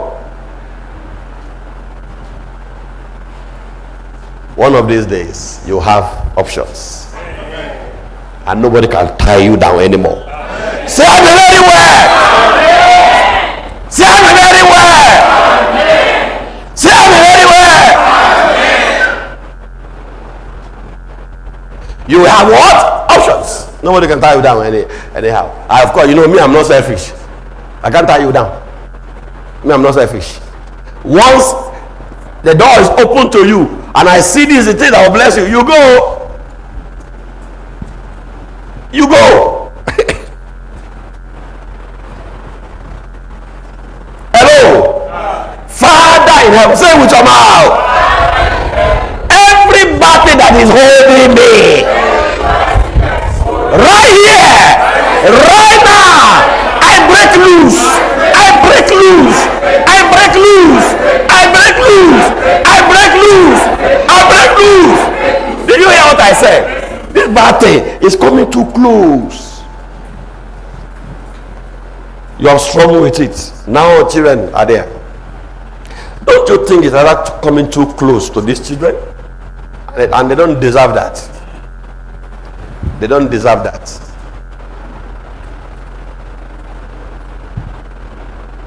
Don't worry. Something wonderful will project them. And they'll be out of that sorrow before you know it. And you will forget that you have ever suffered before in your generation. Receive it. Receive it. Receive it. Receive it. One of these days, you will find yourself in a place of your predestination. And nobody can hold you back. Receive it. Receive it. Receive it. Receive it. Receive it. Receive it. Receive it. Hey, my friend, if where you are, if it's a place of your predestination, if Nigeria is your place of predestination, if where you are is a place of whatever that is working against you is a matter of time, it will melt away. What did I say? It will melt. What you need, just small patience. That's why it's not good to do things in haste. Small patience. Your eye open and things just melt away. And things become normal. And you pick up your life. What did I say? Pick up your life. Because all these bad things happening today, happening tomorrow. If your Father in heaven said you are going to be in Nigeria, you may hear about this, but it's not going to happen to you. Is that not all? That is all. And even from the same Nigeria, you can travel to any country you want to travel to. And you still come back and continue your enjoyment. There are people that are living that life right now. So, why not you? So that does not mean that you stay in Nigeria, you can't travel to anywhere. You will travel and come back. And you are still living a secure life. Now, Americans have left us. They have run away. We are still here. Even if you want to run, follow them, will they carry you? They won't carry you. So there's no choice. That man told me, I'm sorry. What are you sorry about?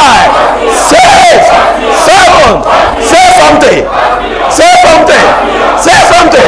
Say something. Say something. Say something. Say something. Say something. The last one.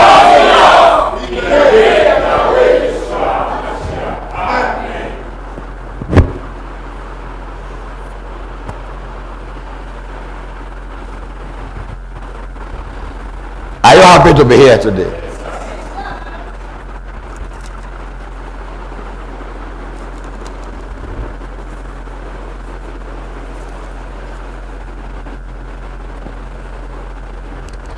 I say, are you happy to be here today? Yes, sir. Mighty Mokona.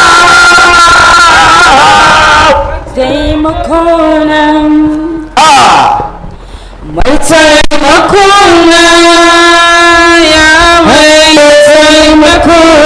He has come to help you again.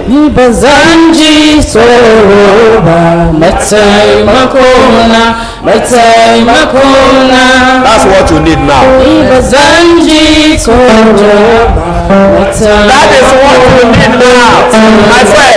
That's what you need now.